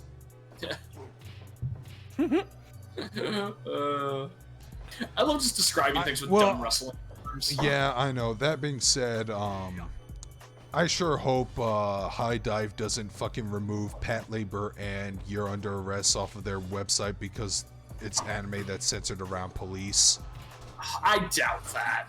I know, but just in case one of them are stupid enough to do it, I'm gonna be like, okay, I'm taking off your subscription, and I'm just gonna fucking scathe the shit out of you idiots. Yeah, that's fair. Jim Cornette hates ICP. Oh, I know. Of course he would. I heard him in the convention. He's like, dude, if I ever hear anyone in the background whoop whoop, I would just think they have a mental disorder. Man, That's the thing, is like Insane Clown Posse fans are a group of people who fucking missed the point. Like, and they didn't realize that the Insane Clown Posse was satire. Well, not exactly satire, I guess, but like not serious. No, There's a great interview where they're interviewing Violent J and they go like, it's like, what do you think of your fans who take you far too seriously? And you just go in like, it's like, I'm a 40-year-old man I'm a 40-year-old overweight man in clown makeup. How seriously do you think I take myself? Dude, I love how they handled themselves in front of Bill O'Reilly. It's great. He's like, dude, he's like, when that one kid was asking for an autograph, it's like, what's your name, Jimmy? Is your nut strap yet? I love it. And to be honest, I do like one song from them. Juggalo Homies. That shit is so good. It's like a very it's still filled with vulgarity, but it's still a very positive, uplifting song that I really like. Even though it's like it's a joke, the song that really is oddly wholesome is Miracles. Even though it's a joke about like scientific illiteracy, it's still really wholesome that it's like, yeah, everything's a miracle. Fucking magnets, how they work. Man, I can't believe Jim hates the Insane Clown Posse, aka Mr. Medicare. I mean, his rant was pretty funny. It's funny as fuck. And I even showed that rant to a friend of mine who respects the Juggalo community, and he even thought Jim's rant was hilarious. Goddamn, Kirk Kidman might fucking buddy this guy. That's fine. I'm rooting for Kidman to win. Look at him. He's built like an athlete. He's built like an athlete. Mad Bull 34. What the fuck is that one about again? It's the about pops. Oh, okay. I could see that anime getting banned now. Because it's about a cop who would shoot a couple bank robbers in the fucking head. And now, keep in mind, before... Now I know what you're talking about. Here's the thing. Even before BLM, I actually found that kind of disgusting and offensive because my dad worked in law enforcement. And I know... I didn't really appreciate the way he... The way he handled that situation. It was pretty... Yeah. Especially in today's eyes. Isn't that like an 80s anime? And yeah, that was like that, 80s, 90s anime. It's a trash anime. Yeah, there's a Oh my god, Kirk Kidman busted Matt Robinson open. I don't remember if it's Super Eye Patch Wolf or somebody else, but they had a retrospective on like the changes of Shonen Jump and how it went from like invincible heroes killing everybody to flawed heroes like growing as characters. And Mad Bull 34 sounds like one of those things that like where people wanted an invincible hero who could do whatever they want. That's fine in like a post-apocalypse setting. But not in like or a character who isn't a police officer wearing a badge in New York City? Yeah, you can't do that unless you're Mad Max. Speaking of BLM, One Angry Gamers Traders of America, I'm disappointed I can't make that list because I'm not popular enough. Man, I love the amount. I think it was Maximilian Dude said, "Why the fuck am I not on this list? Black Lives Matter, bitch." Black man. Yeah, put on the list. Nobody knows more of that Black Lives Matter than me. I live in the fucking southeast Louisiana, man. People have thought you were black based on your voice. Yeah, exactly. You know what's funny? I could probably get away with saying some hilarious black dialogue and nobody would know any better. Chris Sabat. Oh, yeah. Chris Sabat playing fucking Garter Belt. That's the funniest shit ever. I loved it. So that was the thing. I was there when they announced that dub. 2. Oh. I'm sorry. I'm trying to be unbiased, but I think I'm rooting for Kidman. Yeah. Kidman, Did I tell you Kidman is a beast. Okay, it kind of ties to Panty and Stocking a little bit, but did I tell you about my weird interaction with Ian Sinclair? No, you haven't. Okay, so when I was at Shudokan, like during the last year I ever went, Ian Sinclair was a guest, and he was like super chill, and he was playing Street Fighter V in the game room because he voiced Rashid. Oh, Rashid of the Turbulent Wind. Yes. So he voiced Rashid and was maining Rashid and like kind of going on that. And I had this dumb moment. I'm like, okay, no, I've definitely seen you before and I've heard your voice. And he listed, and he was like being really nice. He's like, okay, you don't watch a lot of dubs then. So he listed off the characters he's most famous for. And I'm like, no, I didn't watch Space Dandy dubbed. No, I didn't watch this dub. Wait a minute, were you Redline? He goes, no, JP was played by like somebody else. I'm like, shit, I feel so bad that I don't know what voice I know Ian Sinclair from. Then it hit me all at once. I'm like, wait a minute, Chuck from Panty and Stocking. He was kind of upset. The one, because all he did in that anime was go Chuck. The reason I remember was because he was at the dub announcement. He announced that he was gonna play Chuck, and every time somebody asked him a complicated question, he'd just hold up to the microphone and go, Chuck.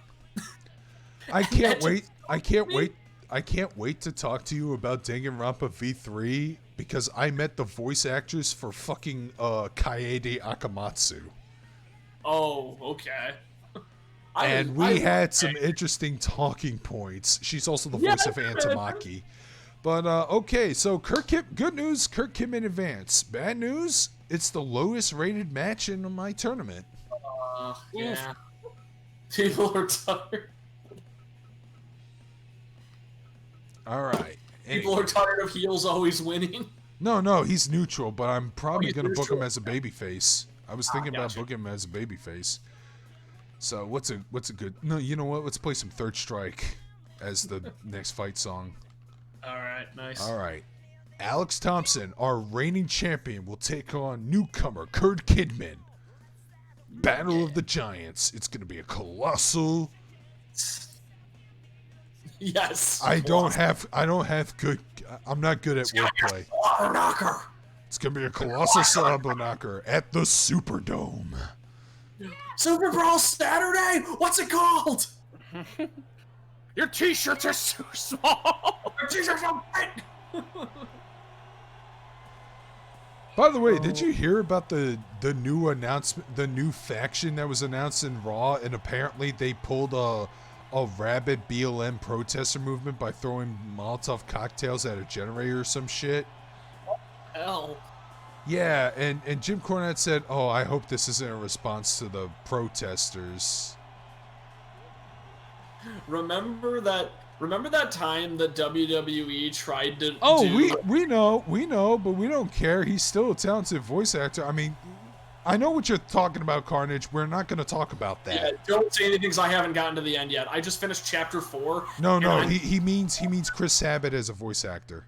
Oh, Chris Sabat. Oh, yeah, no, he did a good job. In fact, at the No, announcement... he means he's an asshole because of Vic McDermott. Yeah, that thing. We're not talking about that. We're talking about just generally in talent. And I remember when they announced his voice, one of the things they said was he was going... They were at, like... It kind of came up and he like nipped it in the bud, but he's going like, okay, so a lot of people are probably wondering why they didn't get a black guy to voice Garderbelt. The problem is we're in Dallas, Texas, and the second you make it as a black voice actor, you leave Texas. We didn't have anybody there, so they got the closest thing, which happened to be me. Wait a minute. Wait, maybe Lance is in the Houston area of Texas. I can't remember. I don't know, but I thought that was kind of funny. And like a black guy came up and said like, "Yo, no, regardless of skin color and everything, you did a really good job, man." And like, Yeah, thank you. That's how it should be. That's Yeah. why I hated this fucking response of, "Oh, I'm a white guy voicing a black guy. I should be ashamed." Fuck you. I hate that because I cannot imagine. I played Samurai Gail Sanders in a ever. fucking. I played. Anyone but are. No, I played Gail Sanders in fucking Brian's song during reading class in junior high school. That my black teacher encouraged me to play. Oh, Lance is in Dallas, yeah. Yeah, okay. There's black people in Texas. Fuck you. I believe that in animation, you should not be. You should only be defined by your voice and none of your physical appearance. In a perfect world, we wouldn't even know what voice actors looked like. Yeah, I don't want to know what they look like. Todd Haberkorn, I think Todd Haberkorn's pretty good. I think he doesn't really have much range. I liked the character he played in Danganronpa V3. That was the character I showed an image of to Al, and he goes, "I hope he dies." I actually like his character from Danganronpa 2 more because he had a Cajun accent at one point. Oh, wait, the chef? Yes, he played him That too. chef is the weirdest shit ever when he just starts screaming Avril Lavigne. That part is so fucking weird in Japanese. Avril Lavigne! Avril Lavigne! But he said in like a Cajun accent, Avril Lavigne! Okay, yeah, he was super Kansai in Japanese. So. Yeah, but instead of making him Southern, they went the extra mile and made him fucking Cajun. I like that, because I fucking Probably as a nod to Chef Paul Boudin or something. And I love it. I love it. And it's gonna, yeah. Does anyone even watch Family Guy or The Cleveland Show anymore? It doesn't matter. They can swap out anybody to voice anybody. Every single character in The Simpsons can be played by the same Asian person right now. Nobody would care because it's The Simpsons. It's season 35. Nobody watches that show. Yeah. All right. Because it sells other things. Todd Haberkorn plays Oh, wow. Okay, that's interesting. Yeah. Haberkorn voices Shockwave in Siege. I don't know who Shockwave is. I know who Soundwave is. Shockwave is the purple guy. The guy that looks like a ray gun. He's got the cycloptic eye. He talks very intellectually. Oh, okay. That guy. I love Shockwave. Shockwave and Soundwave are probably the top two best Decepticons. I don't know. My favorite is still Soundwave. I really like Soundwave. Soundwave is bitchin', dude. I love Soundwave. What was he had like a what was his like voice distortion? I remember that was a trivia. Oh! He had really cool distortion on his voice. Oh! Oh!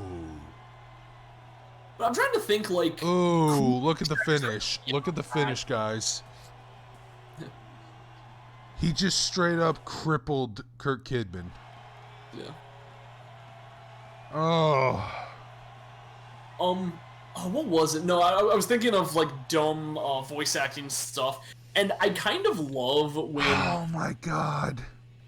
I kind of love when people. Oh, that's the main event. It was the worst rated match.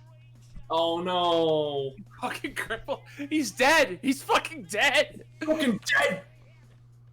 Oh. Oh, 64%. People are getting tired. They need a match. You know, I mean, he retains his belt, you but need to march down there with your best Vince McMahon strut and fight God. Yep, that's what you gotta do. I call to the ring, God. Oh my God, Somebody call my 89%. mama. Let's see what the results are.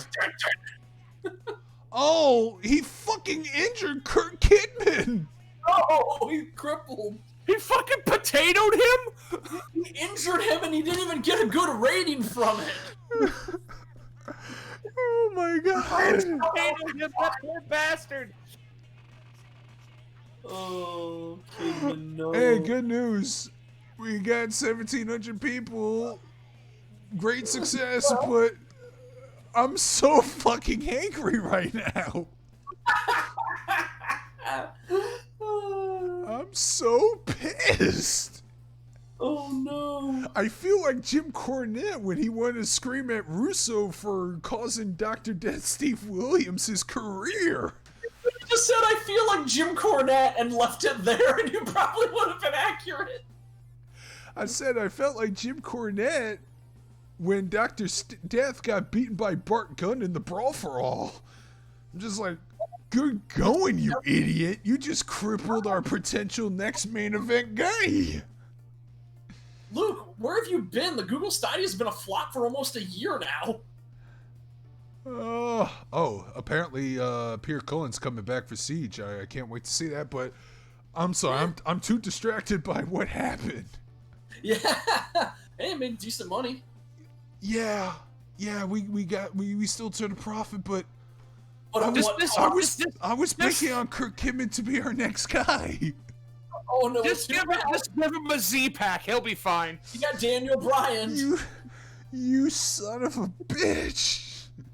Are you gonna have to fire? Are you gonna have to fire that big bastard now? You asshole. He got the Bob Holly treatment. Yep. He sandbagged and injured himself. Yeah, Chimmy's talking about Todd Haberkorn. I think the role I always think of with Todd Haberkorn is when he played the that guy in Fullmetal Alchemist, the like Chinese guy. Well, we ranked number 14. Yeah. That's better than last year because we were dead last. So, but Oh no.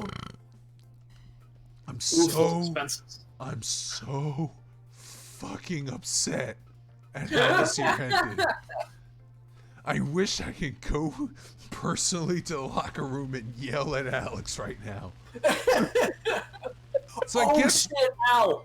That story. So I was so happy when I asked about my results when I asked Ricky the Dragon Steamboat about what match like he was the most happy with of the results in.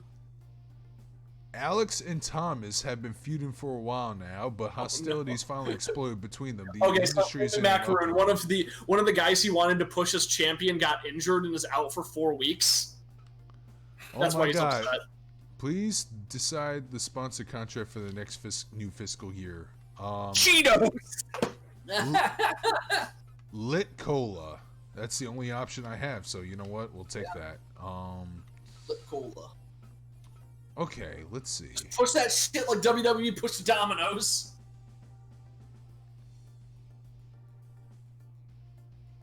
You need to debut someone like the Shockmaster. Yeah! That'll put your ratings through the fucking roof. Come on, let me see it. Oh my god, I'm so I'm fucking so pissed. Yeah, Vicky, No More Heroes is one of my favorite game series, and I'm really disappointed. I was really disappointed in Travis Strikes Back. Burning Hammer energy drink? Fuck yeah! Yeah! It's okay. You know what? Let's see. Benefits. Ling Yao. That's what I was thinking of. But Help. yeah, Vicky, I love No More Heroes, and I'm excited about No More Heroes 3. I wish we had more footage to go off of. You know what? No, yeah, we're gonna stick with Monster Games because probability of wrestlers being injured is slightly decreased, which is my greatest concern right now. You're taking care of your guys, unlike Vince. Yeah, exactly. You can tell I'm upset when I hear like a guy who debuted in this tournament, was doing so phenomenally well, and then our main guy decided to fucking cripple him. You gotta show him the ropes.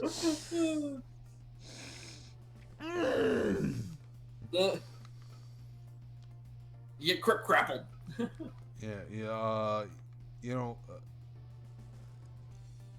Fuck it, Burning Go Hammer. for it, Vicky. Spread the word. Oh, go ahead. If she thinks I'm the kind of person that we should, that we're the kind of people that we should just, like I said. If her standards are low enough to think that we're funny, go for it. All right. Anyways, let's see how our merchandise is. Holy shit, we're selling out on everything. Hells yeah. Sell those custom snacks. Oh my god. I'm sorry. God damn it. I'm so. God damn it. Oh, salty! Holy shit! I was his boy. Look how they massacred my boy. He did. He massacred my boy. Kirk Kidman was gonna be. He was gonna be the next big thing. You were being the best. I'm so. You know what's crazy? That move that he KO'd him with doesn't even look that unsafe. It's just like real life, when like the dumbest, most bullshit moves like will cripple you. I'm so pissed. So salt. I love the picture they use for the merchandise. You get this like Yeah. awful gremlin-looking fucking plushie. Hells yeah.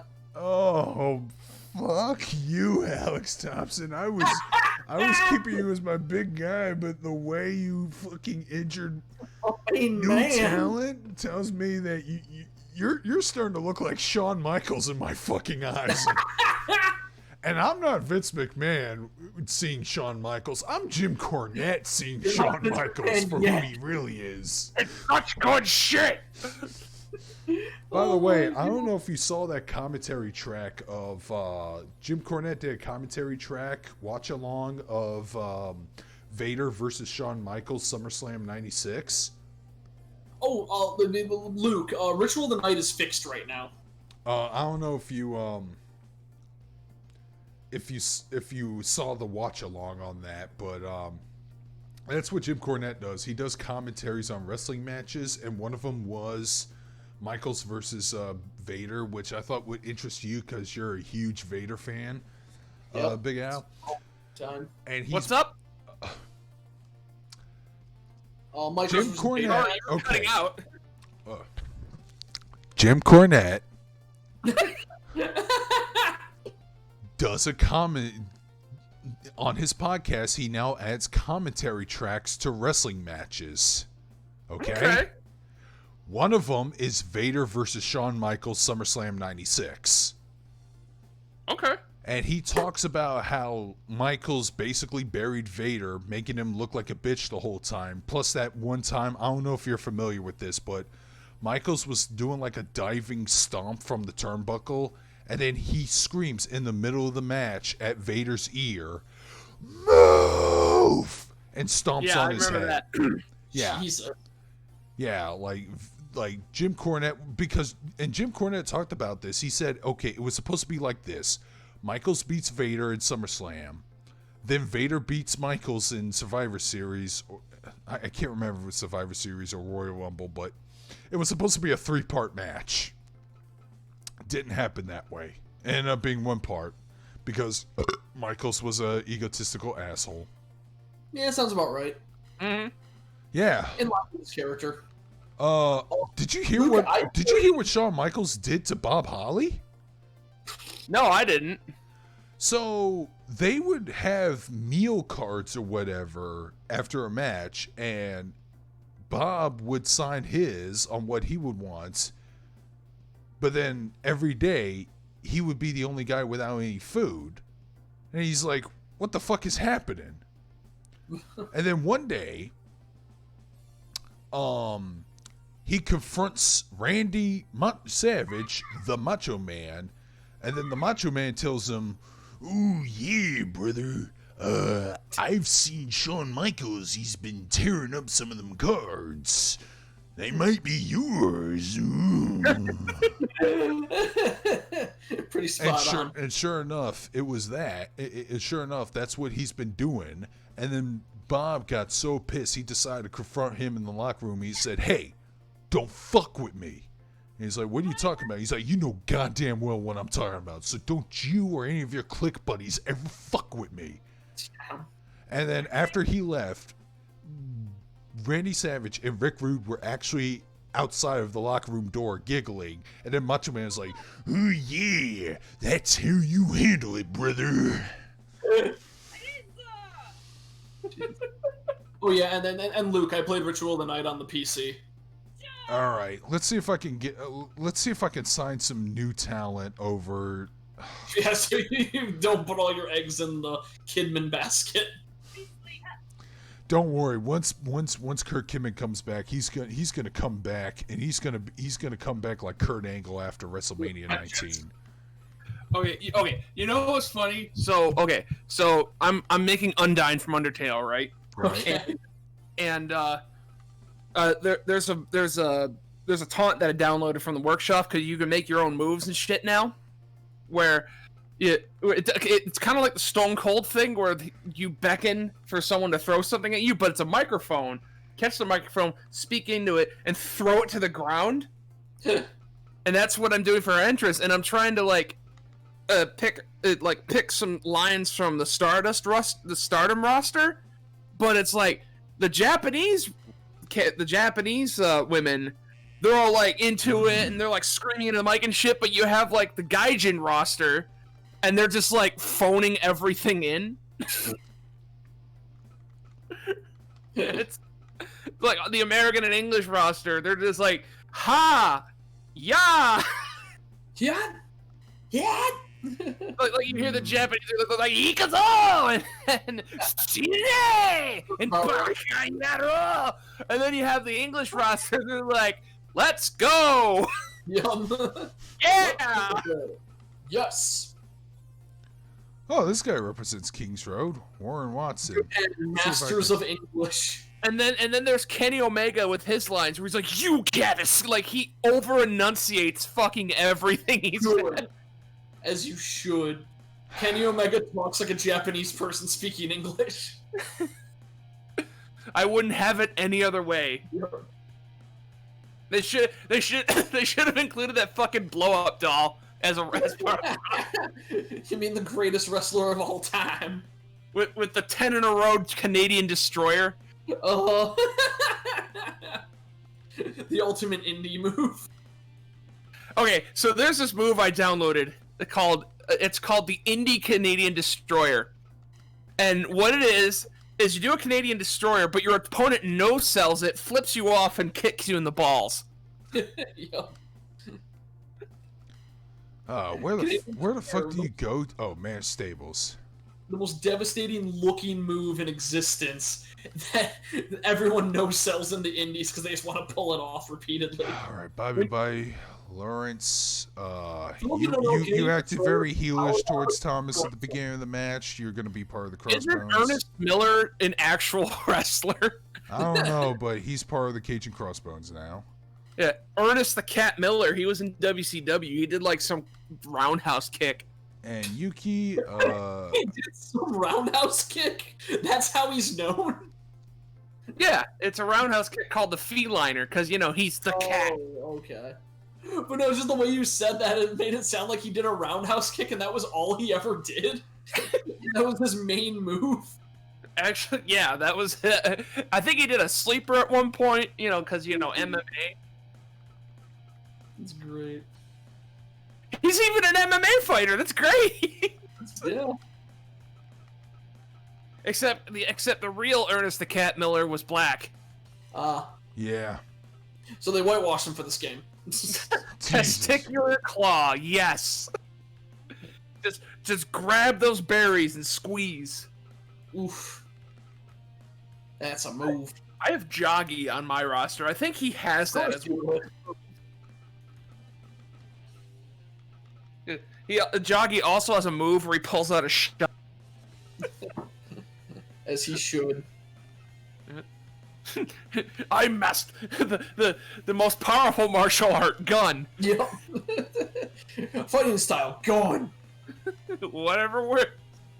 Hey, as long as it works. Yeah, that fucking scene. You call throwing dynamite a martial art? Hey, as long as it. He's not wrong.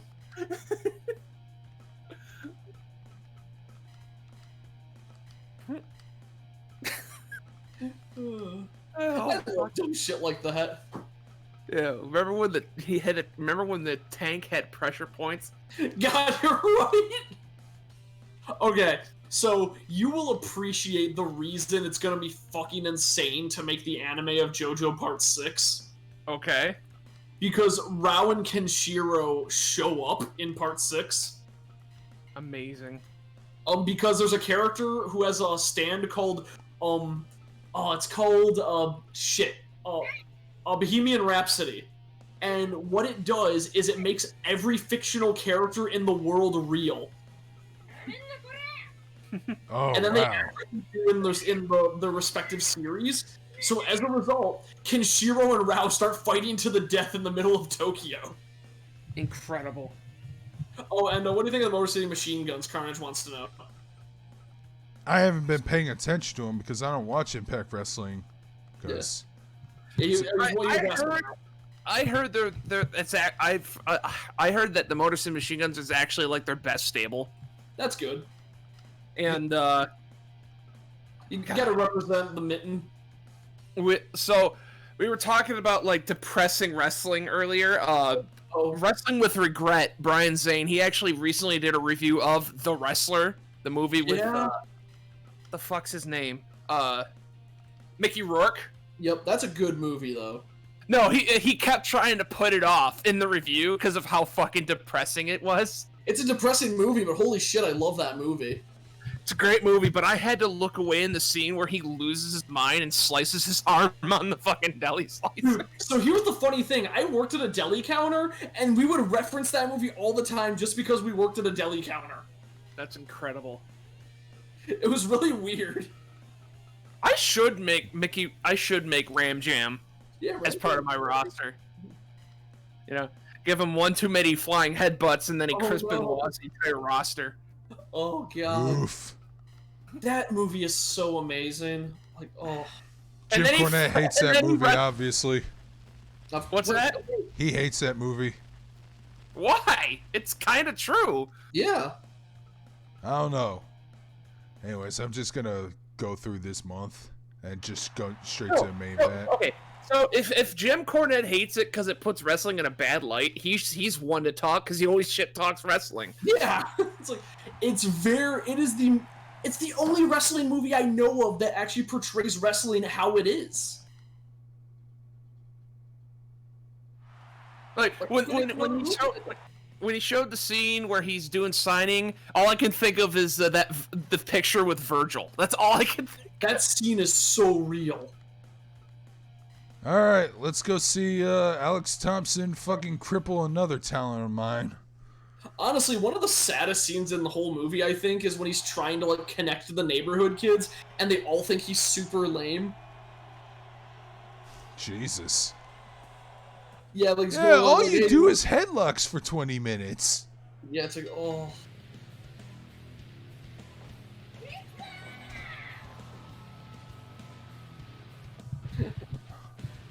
Sorry, Oh, still. Yeah. We gotta get the bell off this fucker. Yeah. That being said, Thomas Walker ain't gonna be the guy to do it. I'm Yeah. just doing this just to settle a feud. Yeah, feud it up.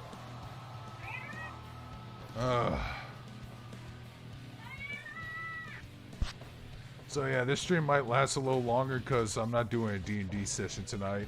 Unless, no, I didn't get any notifications about it. Notifications about what? About the D&D session I would normally do. Oh, yeah.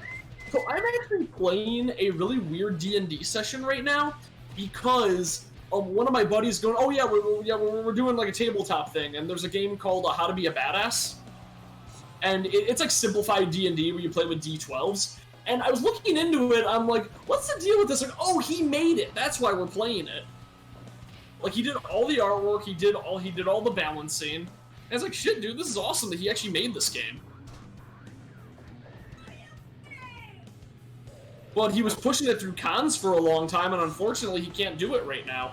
Who's Kairi Sane? Kairi Sane? Oh god, I don't know. I've never heard that name. Al, you're the expert. Who's Kairi Sane? Kairi Sane was this Japanese who worked in WWE for a while, tag teamed with Asuka, and she had this whole pirate gimmick where she yeah, I know her. She's awesome. basically Paul Burchill, but not shit. You know, I remember she came out and Brendan Williams is going, yeah, yo. Jesus Christ. And everyone was like, Weeb out again. and then everyone was like, what the fuck are you talking about? And it's like, no, trust me, the fans understand. I love Brennan. But yeah, so her finisher is called the Insane Elbow.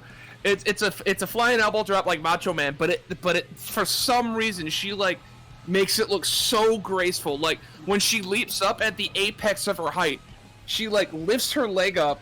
She lifts her legs up so that there's leverage as she falls down and just drives the point of her elbow in the opponent's heart. It's crazy. Nice. Damn.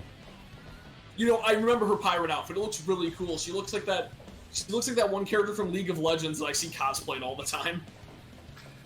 And she also came into the ring with a fucking wooden wheel and shit, and it's crazy. Yeah, it looks tight. Is Lit Color supposed to be like a play on Jolt? I don't know. Sure. It's one of the fictional sponsors that you can have in this game, so we got Lit Cola now. Yeah. I'm just thinking about the stupid fucking American One Piece opening. Also, her theme song was fucking hype as shit. Like, it's just yo yo ho ho. It's just this crazy pirate scene. Pirate gimmicks. Remember Paul Burchill? That was a thing that happened. Remember Dr. Isaac Yankum? Isaac Yankum is great. He's a dentist, but he's also a wrestler, and he will eventually become king. Yep. Oh, I don't give a shit about Yasuhime. It's gonna be like Boruto. Just watch.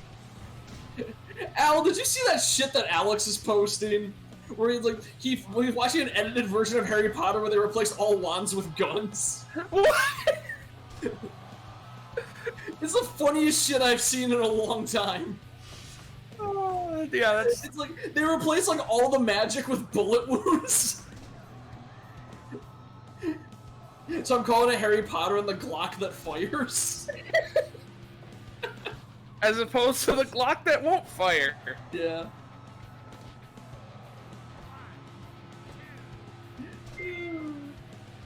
Yo, Damn, yo, Alex, ho. I'm surprised you're actually struggling this hard against Thomas Walker. He's one of my undercard guys. I just make ourselves and put ourselves in your stable. Breaking news: Iron Sheik posted about Kamala. Oh. Oh, what did God. Iron Sheik. God bless the Kamala. He always put on a show for the fans. Good big man who worked the gimmick better than most. It break my heart. Rip Kamala. Aw. That's actually pretty nice of him. Come on a bick. Oh, I are you familiar with that story where he fucking like beat the shit out of this one woman for sitting in his seat at a bar? That sounds about right. So this is something Jim Cornette told. Did he break her back and make her humble? Well, what happened was he left to go use the restroom, and some woman took his seat, and he goes, "Hey, that's my seat," and Fuck you. and then the woman told her to go fuck off. It's like, do you know who you're talking to? I can't do Sheik's accent. He goes, do you know who you're talking to? I am a professional wrestler. And she's like, fuck off. And he just fucking clotheslined her to the ground, and he says, "What a cunt." Oh, Steve, you fucking lunatic! I love you. Actually, I agree. Power Rangers Battle for the Grid is actually a great fighting game. It's actually an oddly good game. It's crazy. Yeah, I still play it on my Switch all the time. And we also got a post from Bret the Hitman Hart about Kamala. Aw. Well, at least that Wrestling constantly Legends thinking are that acknowledging who Bret is still Kamala alive? is. Let's see. I'm heartbroken. I thought. Well, when I found out that Wilford Brimley passed away, I thought he was dead for like 10 years. Yeah, I remember that happened when what's her name? Oh crap, that little. You know what the girl worst who would part dance in is? movies? I think Cornette's drive-through is already recorded, so they never fucking so they're not going to acknowledge Kamala's death in the latest episode, which will be uploaded tomorrow. Okay, no, okay, I remember the one that really got me because I thought they were already dead was Shirley Temple. When Shirley Temple died, like collectively everyone's like, wait, she wasn't dead already? Yeah, I actually like Power Rangers and I like Super Sentai. Yeah, I think Power those. Rangers It's fun. That shit was my childhood, and that's never So gonna go here. away because I'm a grown-ass man, baby. I'm a grown ass man. Let's see. Okay, so here's what Bret Hart said. As Here's what predicted, Bret- the champion still reigns supreme, but I'm still bitter about him fucking crippling. Tripling your new talent. Hey, at least he didn't get sandbagged this time. Yeah. That is a hype finisher he has, though. That's a great finisher. Yeah. Oh, Suplex to a suplex lariat. Yep. oh my Let's see. God. So here's what Bret Hart said. I'm heartbroken to hear the passing away of Big Jim Harris, a.k.a. Kamala. I met Jim in 1981 in Croydon, close to London, England, where he was breaking in as a Mississippi Mauler, working with Big Daddy Crabtree. Yeah. I caught up with him 3 years later as Kamala in WWE when he was a terrifying monster heel working on top of Hulk Hogan. Unlike his heel character, he was one of the... It's so weird hearing wrestlers talk about characters and kayfabe. Yeah. But anyway, If you're retired, you can do that. like, Oh. unlike his heel character, he was one of the friendliest, nicest, happy-go-lucky guys I ever knew. I had the pleasure of working with him in 1992 when I was WWE champion. He was great to work with, and I smile at the memories of him laughing so hard at my infamous blackboard drawings. He had a great sense of humor, and like Andre, he'd race into the dressing room to see my latest cartoon. What my latest cartoon was about. He always had a big smile despite all of his challenges, including the loss of both of his legs. Always a kind and happy, gentle soul. I'll miss him for being so good to me. Rip Big Jim Harris. Fuck, I'm actually crying. Oh, Dude. No, that hit me really hard. fucking love Kamala, man. I mean, it comes from Bret Hart, whose life Yeah. has been nothing but tragedy post Montreal Screwjob. Damn it, Bill. You made me laugh again. Thank you. Let's do a New Japan tournament now, or should we do a tournament with women's wrestling? You know what? I'll leave that up to Chen. You want to see some women wrestling? Women wrestling. Bret Hart did drawings on the blackboard? That one I didn't know about. Me neither. Women's think I've wrestling seen or New New Japan? I'll just leave that up to the audience. I'm actually going to actively participate as one of the players too, so.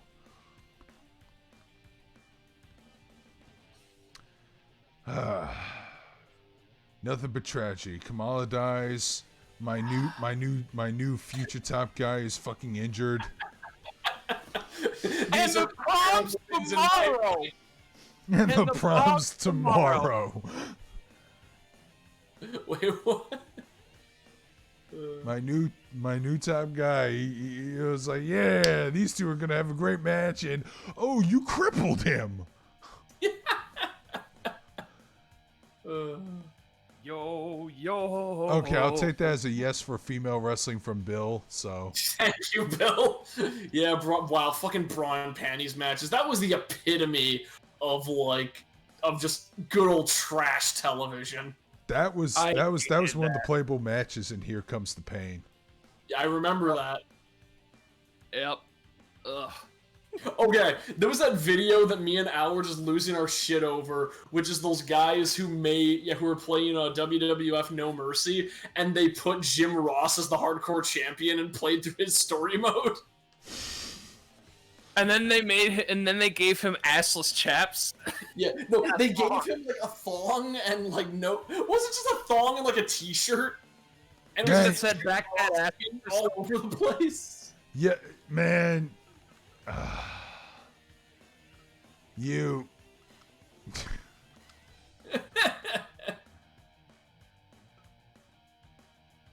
All right, let's see.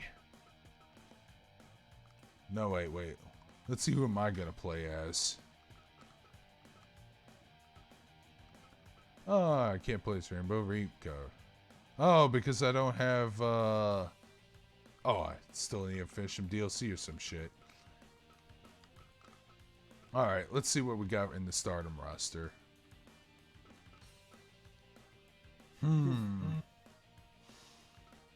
Let's see.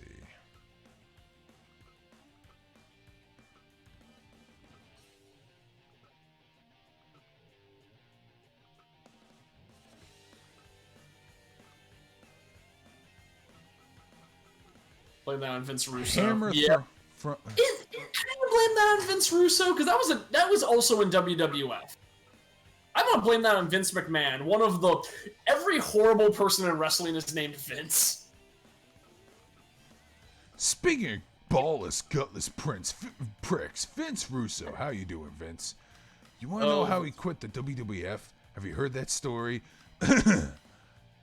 Drink every time Jim Cornette goes.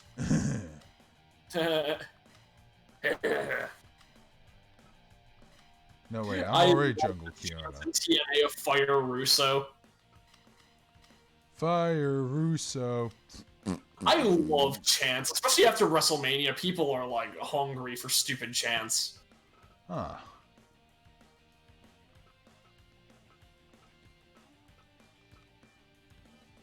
I can only do an 8-man tournament because the roster for Stardom is pretty small. So fuck it. I agree.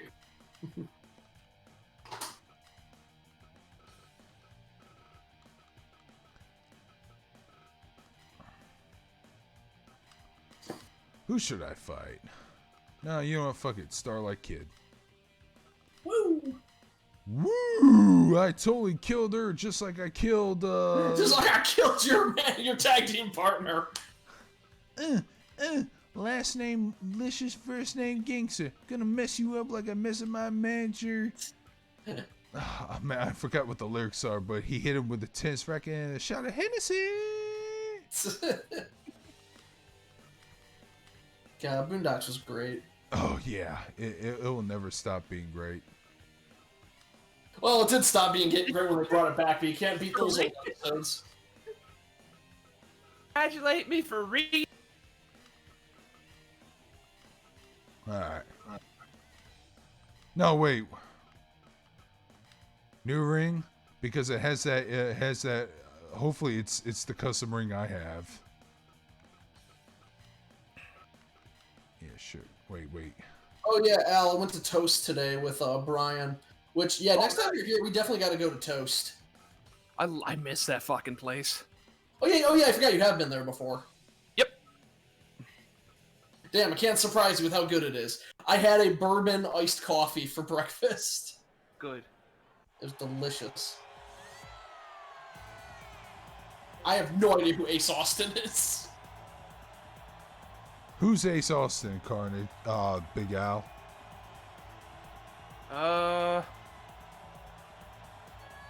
I have no idea. Wow. Yep. Okay. There's my custom ring, the one that has the sketch of the Genshiken Club room. Yeah. Yep, I remember this.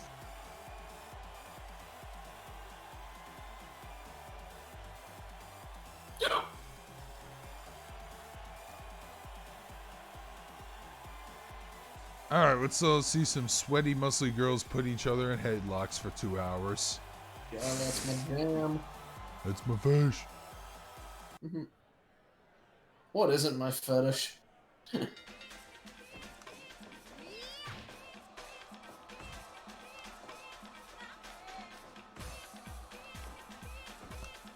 Oh. Yeah. Fuck, I have so many pirate music stuck in my head. Look him up, Darkscream. I can't right now. I'm playing a match. Playing the game. It's all about the game and how you play it. It's all about the game and how you play it. It's all about the game and how it plays it and the game. That is my favorite wrestling moment ever. Is when they brought in Motorhead to sing Triple H's theme song, but because they legally couldn't perform it in concerts, they didn't know the lyrics to it anymore, so they just repeatedly kept saying it's all about the game. Oh, I didn't see that. Now I gotta see that. Oh, it's so good.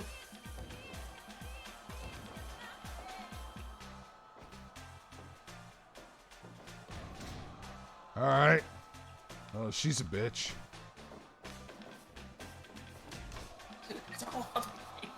Oh, it's like I don't remember what WrestleMania it was, but I remember they talked about it on OSW reviews, and they were just losing their shit that they couldn't remember. That Motorhead couldn't remember the lyrics. And no one cared because it was Lenny. Yeah, it's like, oh, but Lenny's the best. Now, was he the one that died? Yeah, he's the one that died. So he was the one who several doctors looked at him and they go, "How the hell are you alive? You live off nothing but whiskey and cheese." And he lived to be. He was like pretty damn healthy. Oh my god, the referee is out cold. Is that Elena's theme? Yes, it is. Yeah, I love Elena. How much animation do you want to put in this girl? All of it. Want this 2D sprite to look 3D. Oh my god, the referee is busted open. Get fucked, ref. This is some hardcore women's wrestling, that's for sure. If the ref- Women's wrestling. Women's Rustlin.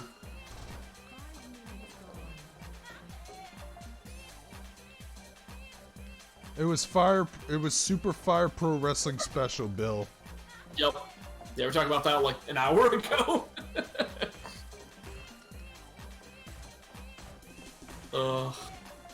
Every single stream every podcast is just gonna turn into wrestling talk. I know, but It's I've been on a wrestling kick since the pandemic. It's the only thing that's kind of keeping me sane nowadays. I got hop back into Botchamania because I've run out of OSW. To Oh, watch. I've been watching some Botchamania, and there was a funny-ass clip. Okay, so in Undertaker's documentary, there was a clip of him, like, throwing a piece of paper in a garbage can or whatever, and he says Kobe. I don't know if you're familiar with that thing. It was brought up by Dave Chappelle, where when you make a basketball shot at something, you shout out a professional basketball athlete's name or whatever. Yeah. That's what he did. So somebody edited a clip of where Undertaker throws Mankind off of the cell and into the announcer booth. With JR going, good God Almighty, and it just cuts to Undertaker going, Kobe. Okay, my favorite thing is OSW had Matthew from Botchamania on, and they were just going like, yeah, Matthew, what do you do? I was like, well, I make Botchamania, and I look at wrestling clips, and people go, oh man, someone fucked up in wrestling. What do you think? What do you think Matthew's gonna do? And then I put video game music over, and they go, you did it, Matthew, you're a genius. That is true. He does pick video game music, mostly SNK shit. Yeah. All right, I got put into this match. I guess Matthew was like really ripped. Maybe he wanted to be a wrestler in his day. No, I remember this was a thing because the I guess the guy from it was Takahata 101 got really into working out, and at a convention he was trying to arm wrestle everybody, and Matthew kicked his ass. 2. Oh, that Takahata was bitch. just so confident with himself, and he just got ruined by Matthew in an arm wrestling match. All right, another sharpshooter press. Do do do do do do do do do do. Carnage, I agree. Elena is hot. Elena is amazing. Give me a 6-foot-tall capoeira girl any day. I have her in my Fire Pro Hells yeah. roster, and I actually had to custom make like capoeira moves where she's like doing the handstand and shit. Wait. Her finisher's the rhino horn, which My tall girl fetish will follow me everywhere. Same here. Yeah. I don't like Which my shirt? women small. I want them big. I have that dumb thing where a few people I've told that to get really into it like a week later, and it's like apparently it spreads like a virus. It's like, Alright. oh, Jason, what do you do? I'm really into tall girls. And like they think about it, yo, me too. Not a high rated match, but who gives a fuck? Yeah. Let's watch the rest of the other matches. Unfortunately, Beats in My Head is probably gonna play through the rest of these matches. I wish I could change the background music for each match. I've ever responded to any message ever.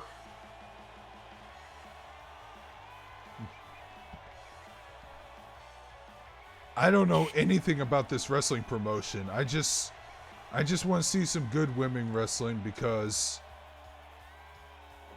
I don't know. I have a thing for women who can successfully put me in a headlock.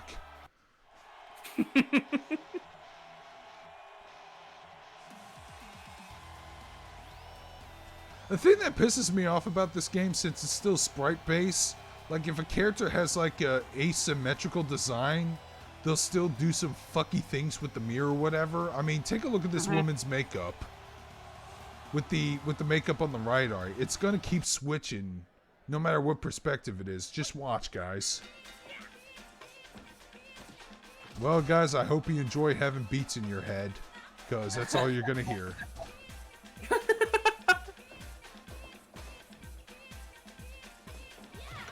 Kagetsu is a fucking beast. She's really good. Oh, I could buy that. See, like I said, the makeup, when she was coming down the ring, the makeup was on her left eye. And now it was on her right eye. Yeah, it's unfortunate. I'm like, but it's the 21st century. No, bullshit. You can't have that excuse, because one of the things about Street Fighter 3 was that the final boss had an asymmetrical design, and they showed off the fact that it was consistent. With that's why Gil in Street Fighter 3 had that half red, half blue look to him. It was so they could show off the power of the CPS 3.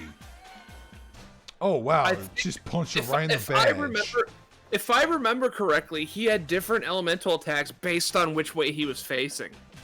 Yeah, he had the pyrokinesis on one side and the cryokinesis. In Street Fighter 5, they changed it to where a reverse fireball motion would give him a different kinesis attack. I forgot which one, Pyro, Cairo, but it doesn't matter, dude. I don't like Street Fighter 5 that much anymore.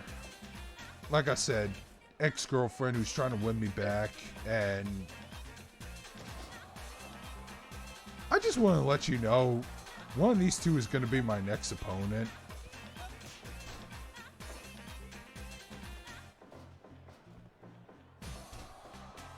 Holy shit. Holy shit.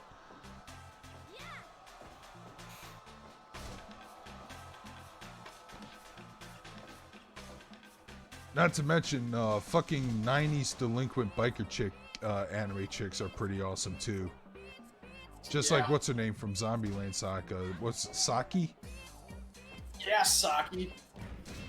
That like I said, I have a that being framed said, photo of Saki in my room. that being said, Tei Yamada is also really good. Tai Yamada! What's legendary about Legendary. her? Why do you need to know? You just need to know that she's legendary. But what did she do? She's legendary! And then 3 episodes later, the reason why she's legendary is because she's voiced by Sailor Moon. Yeah, yep, that's exactly why.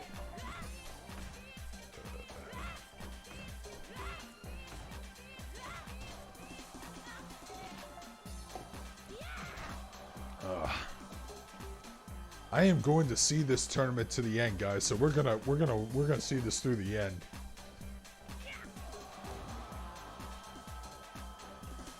Well, yeah, we were talking about Gil in 3, but I don't know. I kind of got sidetracked. But my point is,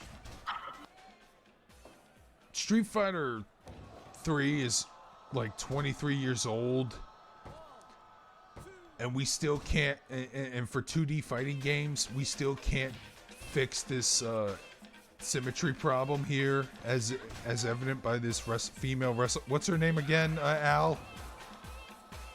Kagetsu.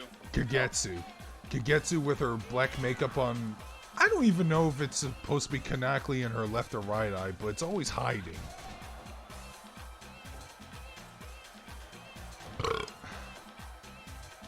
Beats in my head. Beats, beats, beat, beats, beats, beat, beats, beats, beat. Oh wow, she spit mist on her. Rope break.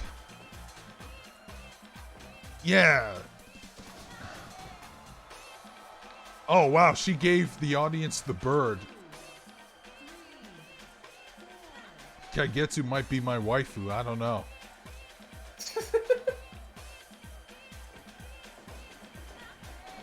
NJWBU has a New Japan USA. Your thoughts? What do you mean by that? I know they have I know they have American commentators.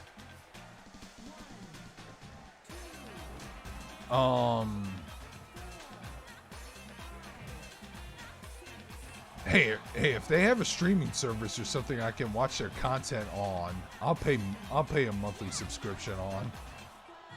Because I want to watch good wrestling. WWE ain't giving it. AEW only gives it half the time. And I'm like, no, I want it all the time.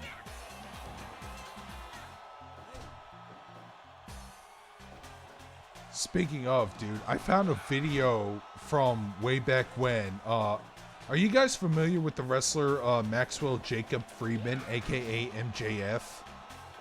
I saw his promo. I found a video of him on the Rosie O'Donnell show when he was like 5 or 6 years old. And apparently he's a talented singer. But what was really funny, Rosie asked him, "Hey, if you're not going to be a singer, what are you going to do when you grow up?" And he goes, "I want to be an opera singer and a professional wrestler." And the fucking audience giggled and all that shit. Well, look who's laughing now. One of my favorite posts of all time was an image of Dane Cook, and it says, "When I was a kid, I said I wanted to be a comedian, and everyone laughed at me. Well, no one's laughing now." Incredible. No, they're not. Oh, okay. I thought this was gonna end by count out.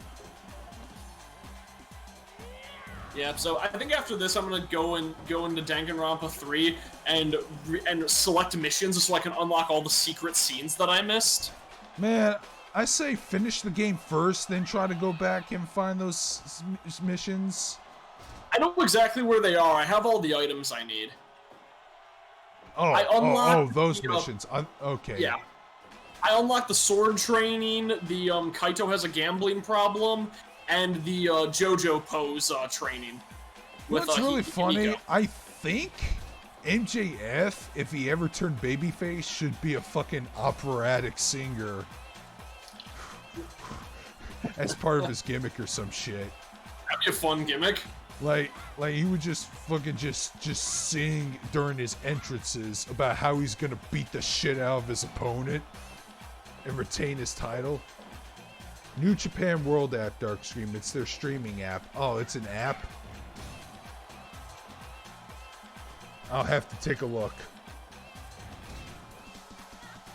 Cause I want to see more of Minoru Suzuki and the Suzuki Goon.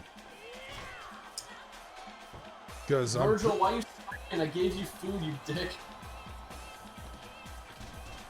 Oh man, this has been a really good matchup so far. Yeah, damn, it's going. Yeah.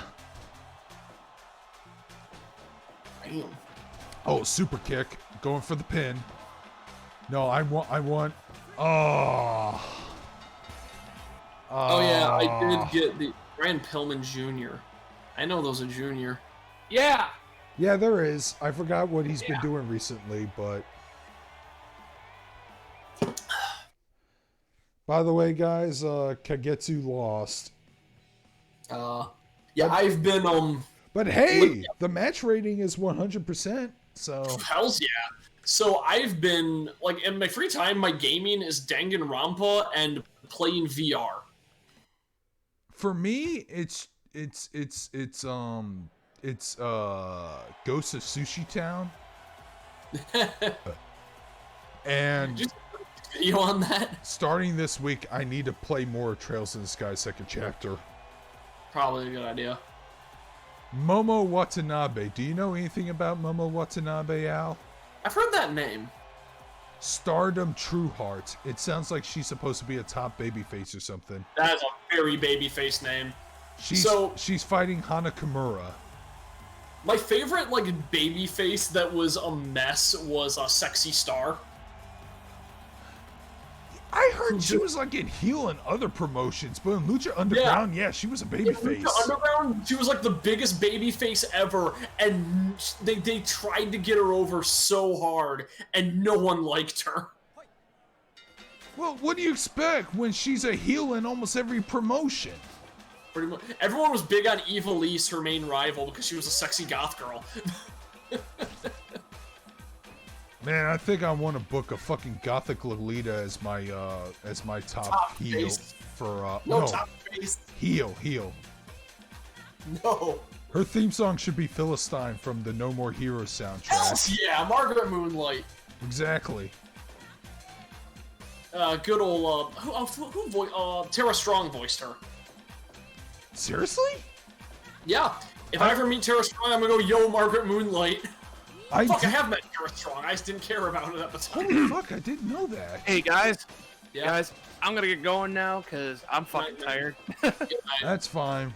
Like I said, man, the stream ain't gonna end until this fucking tournament ends. Stream ain't gonna end until tournament. I had a late. I went to bed like super early last night and then like woke up early. You need to go? No, not at all. I slept for like 4 hours this afternoon. I had a moment where I had a really cool dream, then I kept sleeping because damn it, I wanted that dream to finish. And it did, and it was rare. I've never had a dream finished before. Man, teach me how you did that so I can finish my I just dreams. kept sleeping. Well, one of my biggest... Every time I wake up, I fall right back asleep, like, no, you're fucking gonna finish this dream, damn it. One of my biggest concerns is, in all my dreams, I'm always in a hurry to do something, no matter what it is, and then all of a sudden I wake up.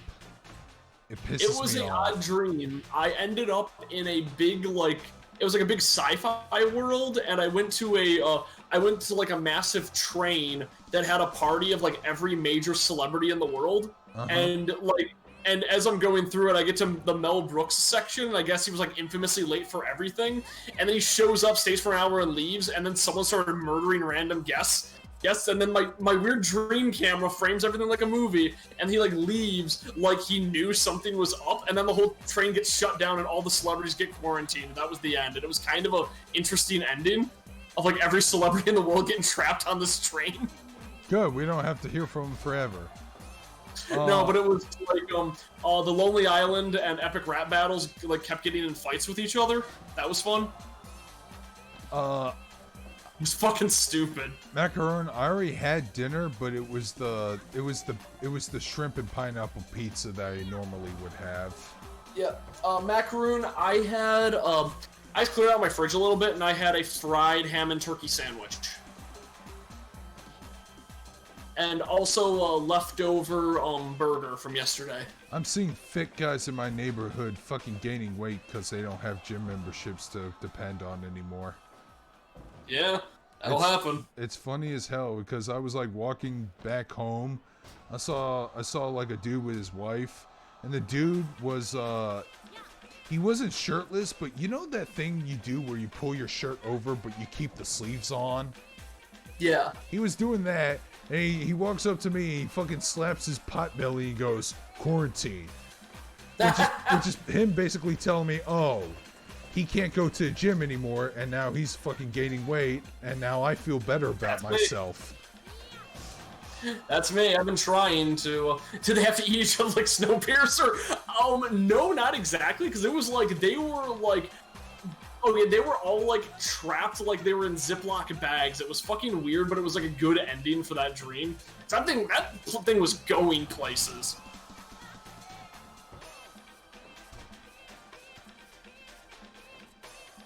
You know, I think I have the exact same leg warmers that Hana Kimura is wearing right now.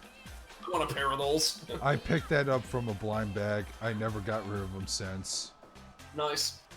I got really unlucky with the only blind bag. I'm not a cross-dresser unlike Tyler Knox, who has been embracing that to the extreme, dude. He's doing some Marilyn Manson shit now. Oh, God. And he's a black guy, but he's using like whiteface and all that shit. It's crazy. Yeah, well, like I said, my gym membership is whatever's on the Nintendo Switch. Yep.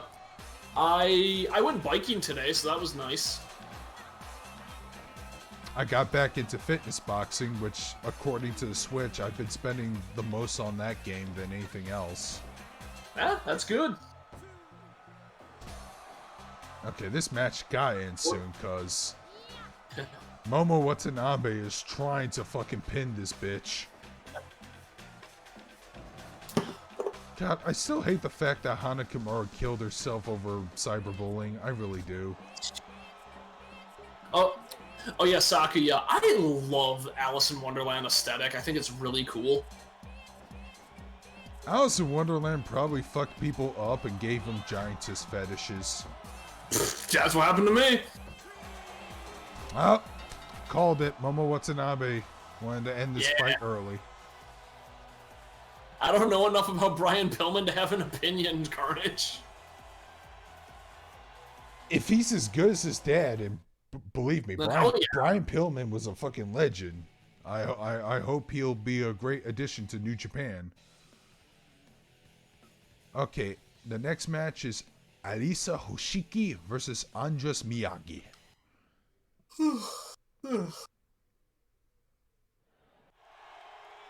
How are you guys enjoying the stream? Let's be honest. Yeah, come on. Let's hear it.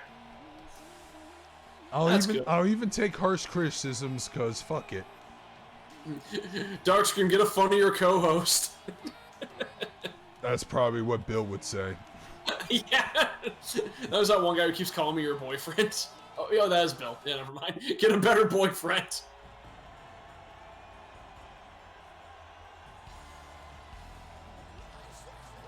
I'm just on a thread right now where it's like, he's going, don't diss someone else's likes. Fuck Dude, you. my stepbrother's dog hates my guts. What the hell? I've never encountered a dog that hates me. I don't know why. I did nothing to this person. Dog, I mean. Yeah. It's just that, I don't know, they're saying I probably remind her of a previous owner who probably abused her, but I've done nothing. All I wanted to do was pet the dog, and then this dog would just fucking scream and bark at me, and sometimes would bite me. Damn. Not enough man titties on stream. I get a lot of dogs who don't trust people wearing hats, which is interesting. I would show off my man titties, but they shrunk tremendously ever since I lost weight. There was this one 4chan thread I saw that was amazing. It was this guy saying, like, I don't remember what it's called, but it's like, what's that man titty illness? Monogynefa or something? Vicky's saying I need a better microphone, which I do have one. I just refuse to set it up because, it's a pain in the ass to set up because I have a microphone with a really good filter called a Chaotica Eyeball. Oh, mine sounds good. That being said, I know this microphone, which I have for a couple years now, is wearing out, and I do need to get me a new headset mic. Thank you, Bill. I'll take the criticism. I'll take it though. If you watch my regular vlogs on anything else, I use the good mic. And you can, you know what, I'll even say, an absolute counter, I use the fucking good mic on that one too. So it's there. I just need a proper setup. I don't know, how weird do you want this to get? Because I can send you You the need photo. to talk about modern anime. That is true, Alyssa, but here's the kicker. I talk about modern anime all the goddamn time. Well, here's the kicker, Alyssa. I need to watch modern anime, and I don't have the will to do it because modern anime fucking bores me all the time. We had Dorohedoro. Oh yeah, I did watch Dorohedoro. Yeah, that's modern anime, but it's weird because it's modern anime that's adapting from a manga from the 90s. I like when that happens. That's why Parasite was so interesting. Parasite, JoJo. Yep. I want to think of some. Dorohedoro, like I said, 3 episodes in, but I'm willing to continue watching more of it. Yeah. Okay, this woman, did she gel her hair in order to make like a unicorn, or is she wearing a fucking? Is there something about Mary look? Hey, JoJo. I wish Big Al was still around to tell me what the deal is with this woman. I'm assuming she's just trying to do the rhino hair. God, 90s anime. That's the problem. I don't watch a lot of classic anime, and I really wish I did more, but I always try to catch up on modern stuff too often. Yeah, that's a mistake. You need to watch the good shit, like Slayers. I remember one of the worst choices I ever made. of watching like a retro styled anime was Mysterious Girlfriend X, because that show was awful. That anime only came out like 6 years ago. That's not retro. No, but I mean it had a retro look to it and looked like it was from the 80s because of the art style.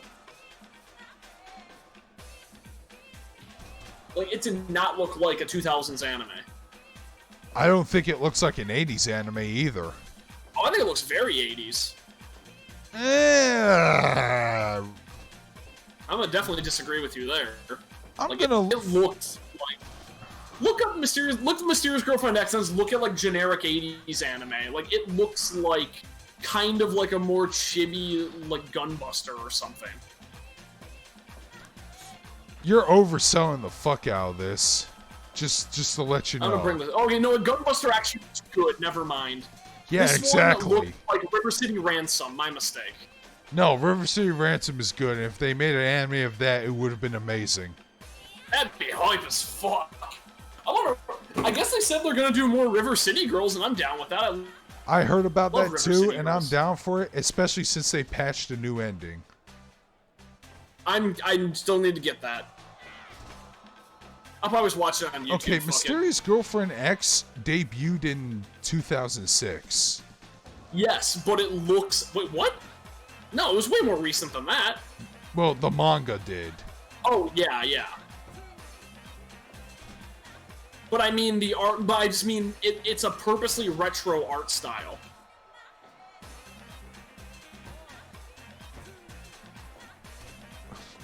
I guess Like, it, it doesn't I look guess like it got something inspired out by like- Apocalypse Zero or some bullshit. That makes a lot of sense. Let's see when Apocalypse Zero came out. That I don't know, 80s or 90s, but it's a terrible anime. Don't watch it. Exactly, yeah. That's all that matters. That's all I'm saying is that it looks retro. But it's not good. It looks retro, but it has the quality of an average anime made today. Oh, Apocalypse Zero has a much more interesting art style. Holy shit. Wow, that I didn't expect to hear that from you, but okay. The art style for Apocalypse Zero grosses me out, so it's a terrible. No. I'm not saying it's good. I'm saying it's unique. No, I don't see. Yeah, I do not see much stuff looking like this does. Damn, look at these twinks.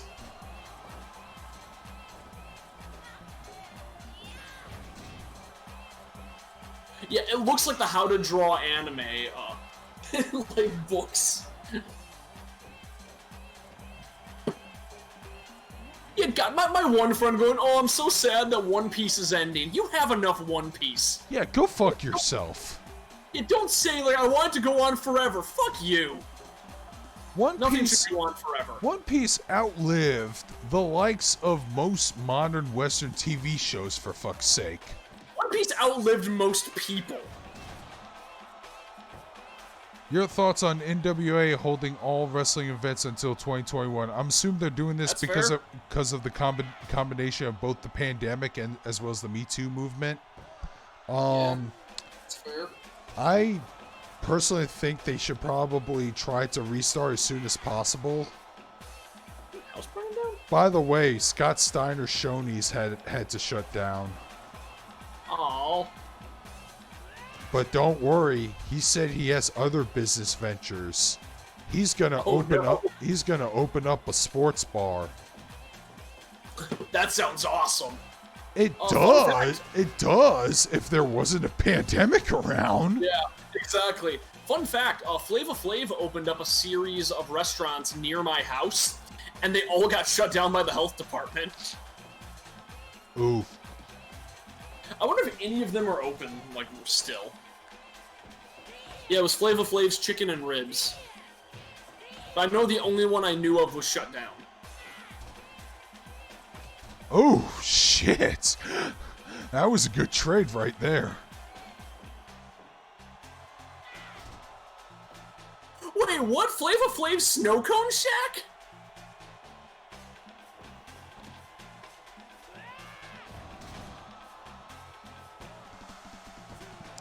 Where the hell is this place? Oh, it is a 14-hour drive. No. Never mind. That is in, what the fuck state is that? It's in Mississippi. Dude, it might be closer to where I live. Go, yo, do a road trip to Flava Flav's Snow Cone Shack. I gotta see that now. Alright, I guess I'm gonna have to fight Maui Tiny.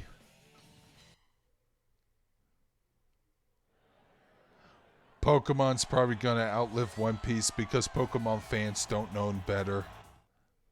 Yeah. Pokemon is one of those things that's like, yeah, it has different seasons and it's split up into different series, so yeah, why not? But Pokemon isn't great. Well, the thing is, I would be okay with that formula if it was more than just Ash Ketchum. Yes, it should have been a different trainer in every season. God, oh. Man, I still like Pokemon, but man, the games are so bad now.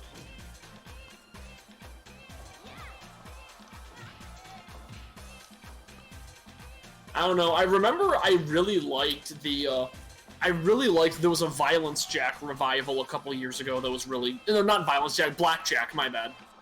Yeah, it was there was a Blackjack prequel from a couple years ago that was actually pretty good. But I really like Tezuka anime, so Tezuka's better than Miyazaki, I said it. That's fine. Yeah, good. I hate when I can express my dislike of Miyazaki and people are okay with it, because I'm always prepared to fight everyone.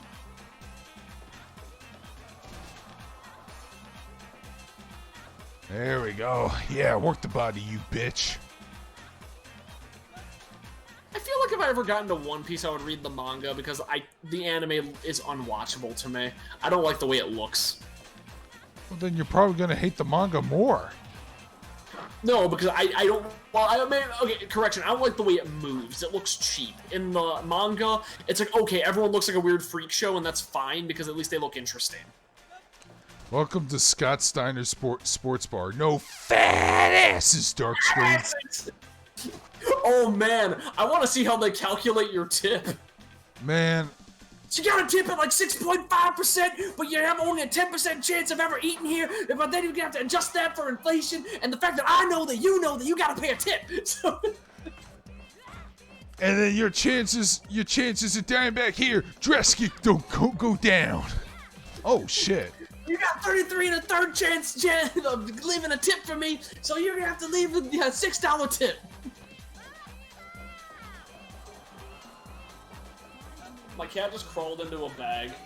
I'm doing a fucking spinning tornado hold. Again, I would rather read like 5 good manga. Oh than shit! Like...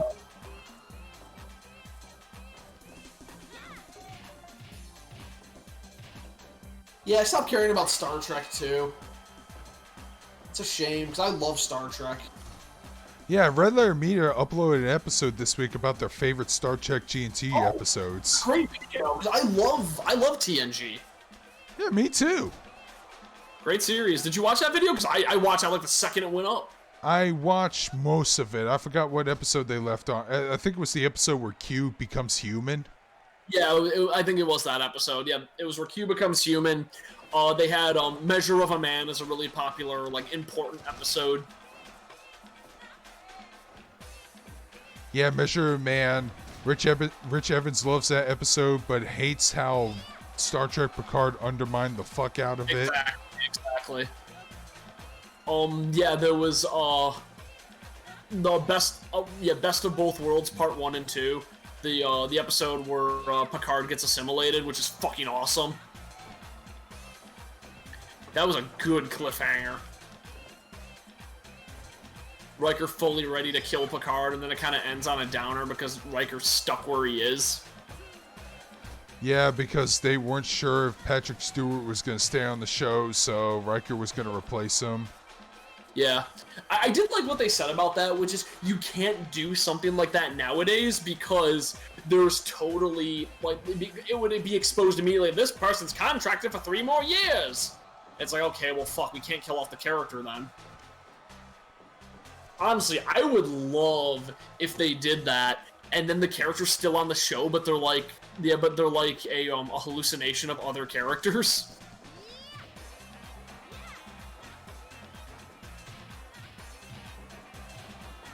Yeah, OG Star Trek is great, but honestly, Bill, give TNG a chance. Like, that is what I grew up with, and it's really great. Same here. It holds up so well. Seasons 2 through, like, 6 hold up well. Yeah, the first season was pretty terrible, which is funny, because... Because, remember, the first season was written by the original writers of Star Trek, OG, so it's, like, still kind of campy and weird.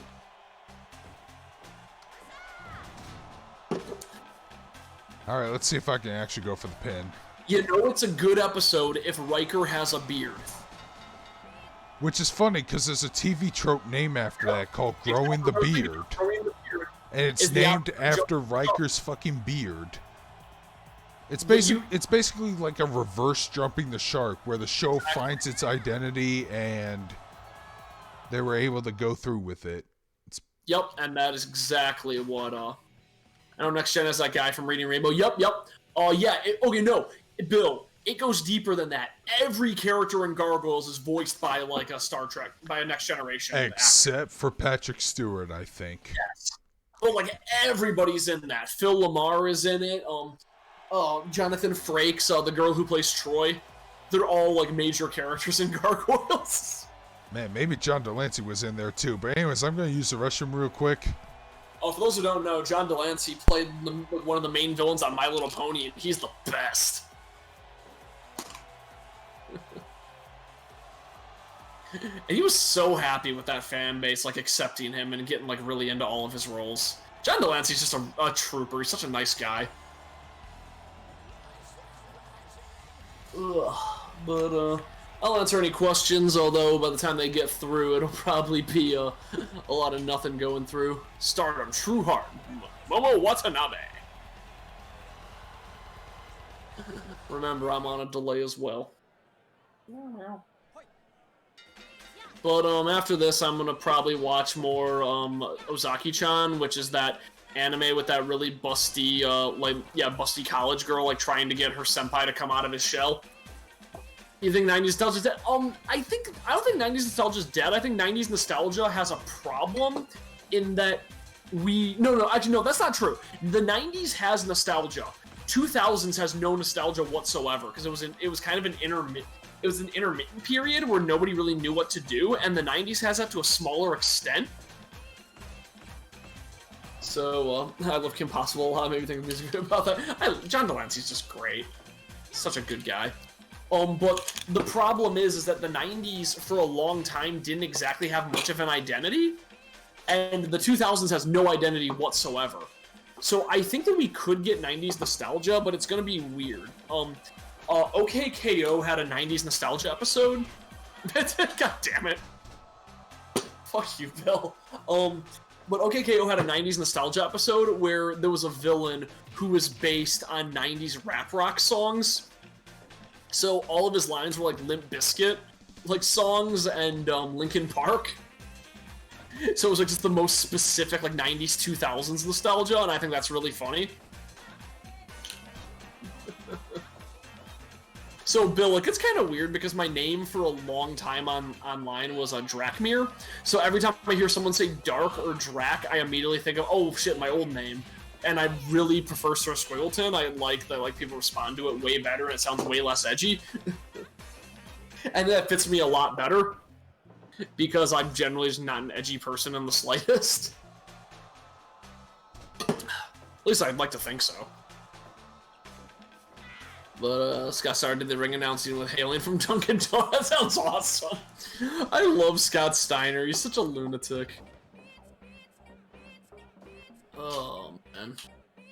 But, yeah, like, 90s nostalgia, I think, is hitting right now, but it's weird because millennials don't have much sway when it comes to media, and that's why the 80s has way more nostalgia than the 90s does right now, because the entire generation is sort of stagnant, because the boomers and Ronald Reagan fucked up the entire economy and we can't really succeed or become important in much stuff right now. So that's why a lot of us probably feel like we're still kids, even though we're pushing 30. I was born in 1991, and it feels really weird that I'm 28. Damn, in a month I'm turning 29.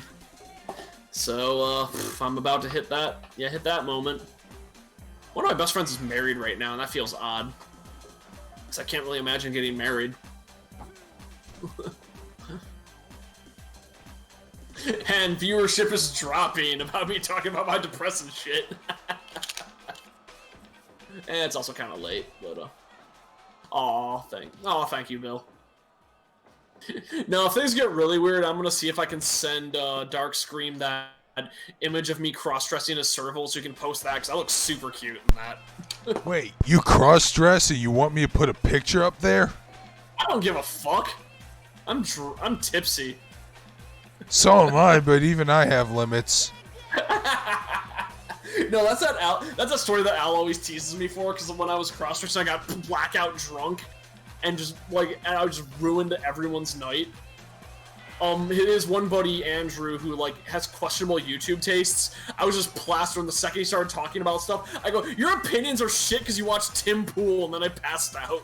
Man, if some woman suggests that I should crossplay, I'm gonna be like, okay, but I need a guy's perspective, and thankfully I know who to turn to for that opinion.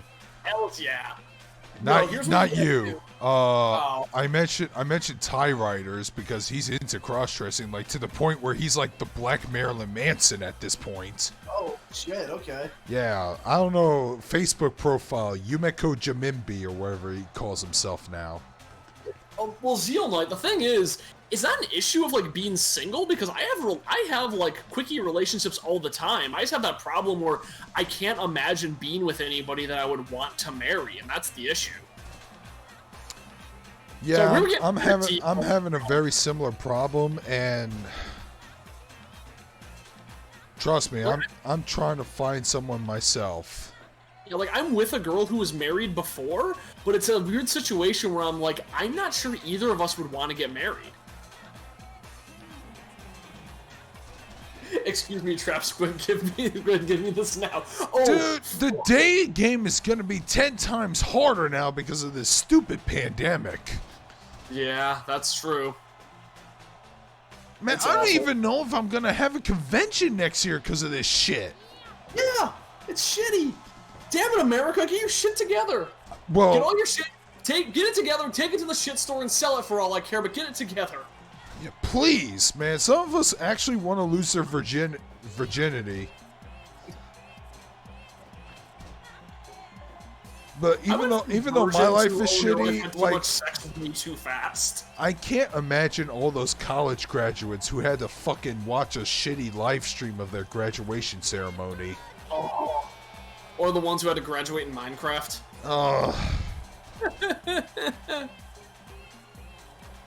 I actually had the privilege of graduating inside a fucking Cajun Dome, so... So, Bill brings up a thing, and I kind of didn't want to talk about this, but it's something I feel very strongly about, is people, really getting mad at the word trap lately. Yeah. That pisses me off, because anyone who says it's a trans slur is a fucking moron, because I've never once heard it in reference to trans people, and if you use it in reference to trans people, fuck you, you're using it wrong. Because I will do a breakdown then. Trans person is someone whose personal identification gender doesn't match their sex. A trap is a cis person who cross-dresses but has no dysphoria and does not want to be trans. You can't be a trap and also be trans. It goes against the entire notion of the term. Fuda is also not a slur because Fuda don't exist. Well, actually they do. They're called hermaphrodites, dude. Well, yeah, but it's Fuda is more of a fantasy thing. I'm blanking on the dude's name. Director of Nier Automata. Yoko Taro knows that those people exist, and that's why Kaine was a hermaphrodite. That is great. So, Kind of is a good girl. She just wants to like yell "fuck you" all day. But Yeah, but basically, the word trap was banned on Animemes, and the people in the community rightly threw a fit about it. And the thing I bring up is there's a character in The Night is Short Walk On Girl who is a male crossdresser who enjoys crossdressing because he thinks it's funny that it can trick men. And there's nothing else to call that character. Everyone says, "Oh no, it's a femboy." You're fucking idiots. No, femboy is just an effeminate, like pretty boy character. That they may cross-dress, but they're just generally feminine to begin with. Yeah, but like, I remember like there's nothing else to call it, and the phrase is not a slur, and fuck anybody who thinks it is, because it turns into a thing of not everything is about you.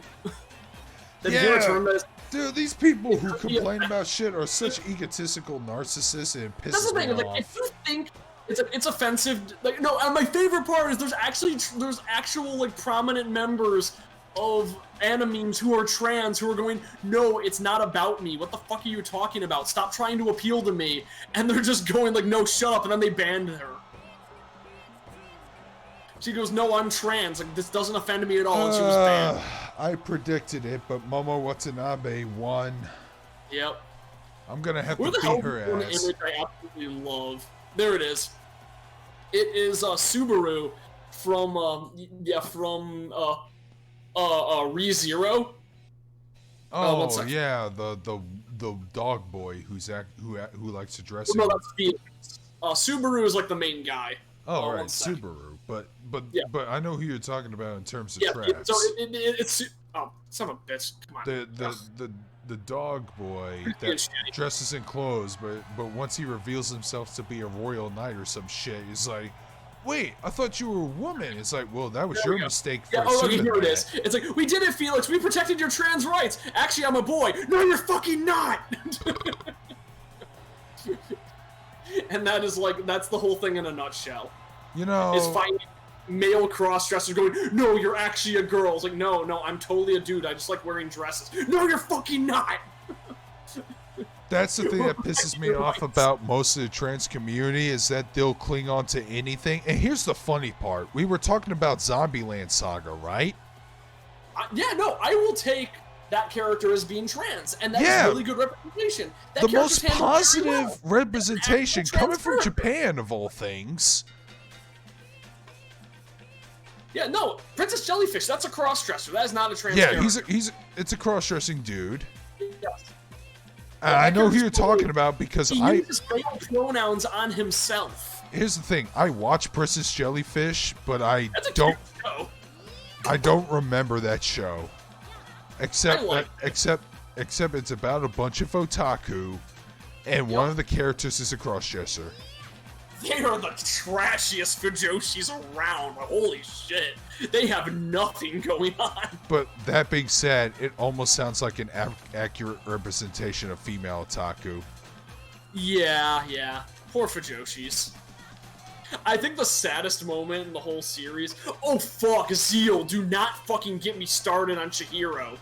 Holy shit. Chihiro is a dude who likes to... Chihiro is a man, and that is the point. If Chihiro was trans, there wouldn't be a conflict. The conflict is because Chihiro wants to be a strong, manly man, but he's too weak and feminine to be so. And that ends up killing him. And that's the tragedy of his character. Making Chihiro trans takes away their entire character arc. Oh, dude, like, man, I read about that in my Fuck. 2-hour podcast I did with my friends. fuck Mondo for that. You know, Fuck Mondo. He's a piece of shit. Chihiro looked up to him, thought he was the toughest guy around, and he had to have PTSD and fucking clunk him over the head with a dumbbell. Poor innocent boy who just wanted to be strong. Jesus. Man, I'm almost crying right now because I did feel bad about Chihiro's demise in that That one, game. like, you legit feel bad about, because holy shit, like, Chihiro did not deserve that. No. Idolized you. And that's how you repay him? Yeah. It's like, no, you're awesome. You're everything I want to be. How dare you want to be me, murder? No, yeah, the Don't storyline for worry. Chihiro is that Chihiro Ooh. is like I think Chihiro's like 4'10" or something, and very feminine. And because his entire life, people said like, why aren't you more manly? Why aren't you a man? He would wear dresses and pretend to be a girl to like avoid that expectation. Okay, there's something I want to tell you about V3 in terms of post-game content. I'll try to be as spoiler-free as possible. All right. But the game actually has like a post-content board game feature. And it's basically a what-if situation if the cast of Danganronpa's 1, 2, and 3 V3 were all attending Hope's Peak together. Oh, that's adorable! I know, the only problem is you have to play a board game. Thankfully, there's a YouTuber who actually just compilated the good parts in YouTube clips. I'm fine with that. I like board But games. it's a pretty honest depiction. So, Okay. yeah. Astolfo's weird because Astolfo uses like gender-neutral phrases a lot, but Astolfo, for all intents and purposes, is a cross-dressing man. Hey, man. Actually, I don't think Astolfo cross-dress. I think he just likes feminine clothing, and people assume he's a girl. It's not my fault he has pink hair. He just really wants that MC dick. Alright, Boston Crab.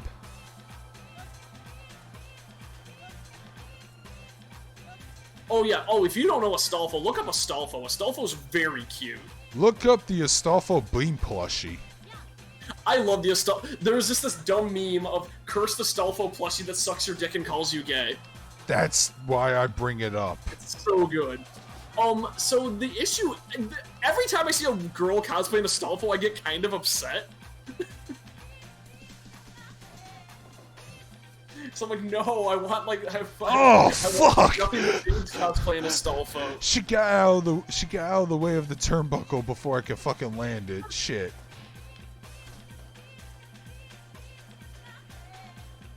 I'm gonna make this match matter, cause.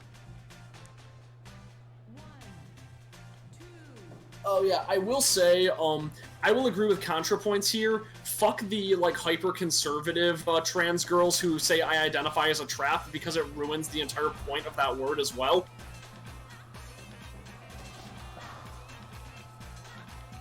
So I guess that's like a weird thing that happens sometimes. Oh, I finished Trails in the Sky second chapter. Let's see, hold on.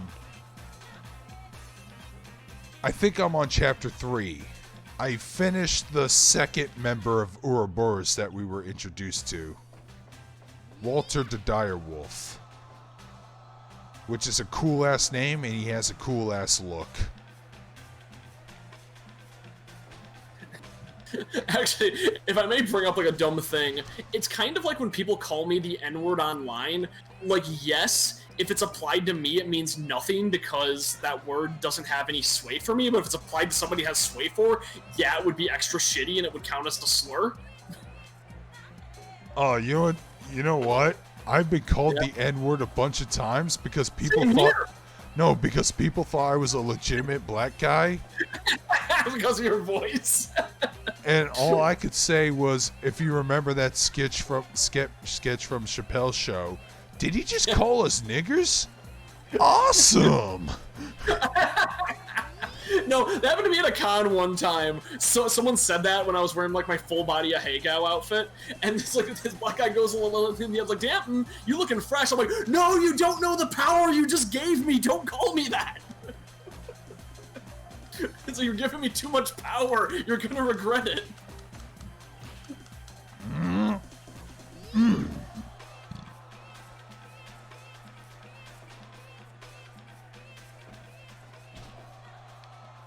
I'll be back in a sec. Alright. Gonna make this bitch tap out. No. Fine, let's go the distance.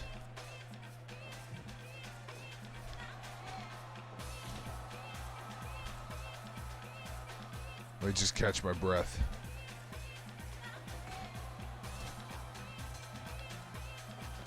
No, you know what? Fuck it. Let's go for a finish.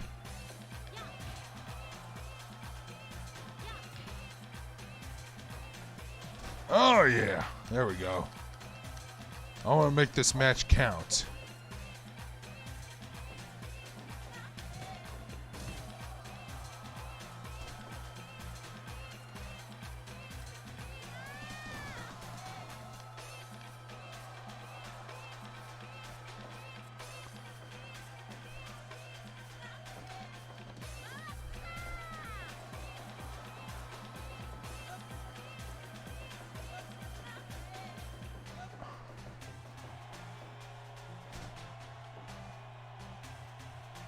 Ugh.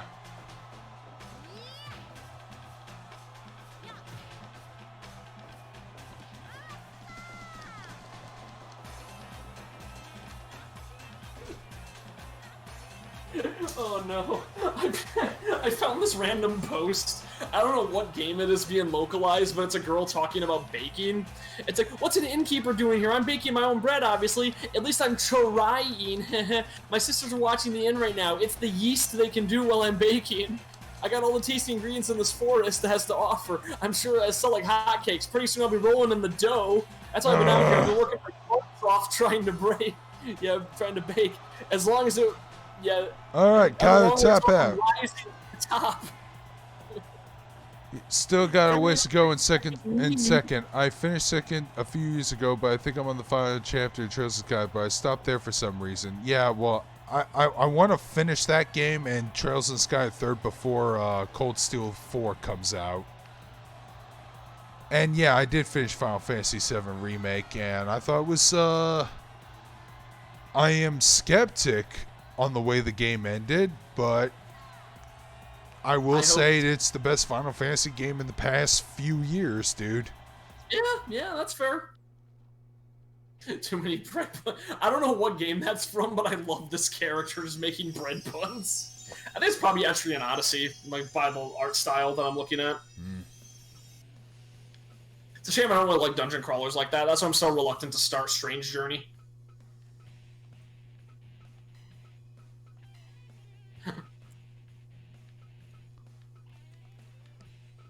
All right, we'll quit this game.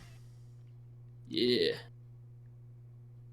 I don't know if there's anything worth a damn to talk about afterwards. Oh yeah, it's almost Probably 4. not. I think it's probably a good time to start wrapping up. All right, fine. We'll wrap it up here. I don't know if I'm going to stream again next week. Who knows? Probably. And I'll probably stream Phantasy Star Online too, because I got it working on Steam now. Yep.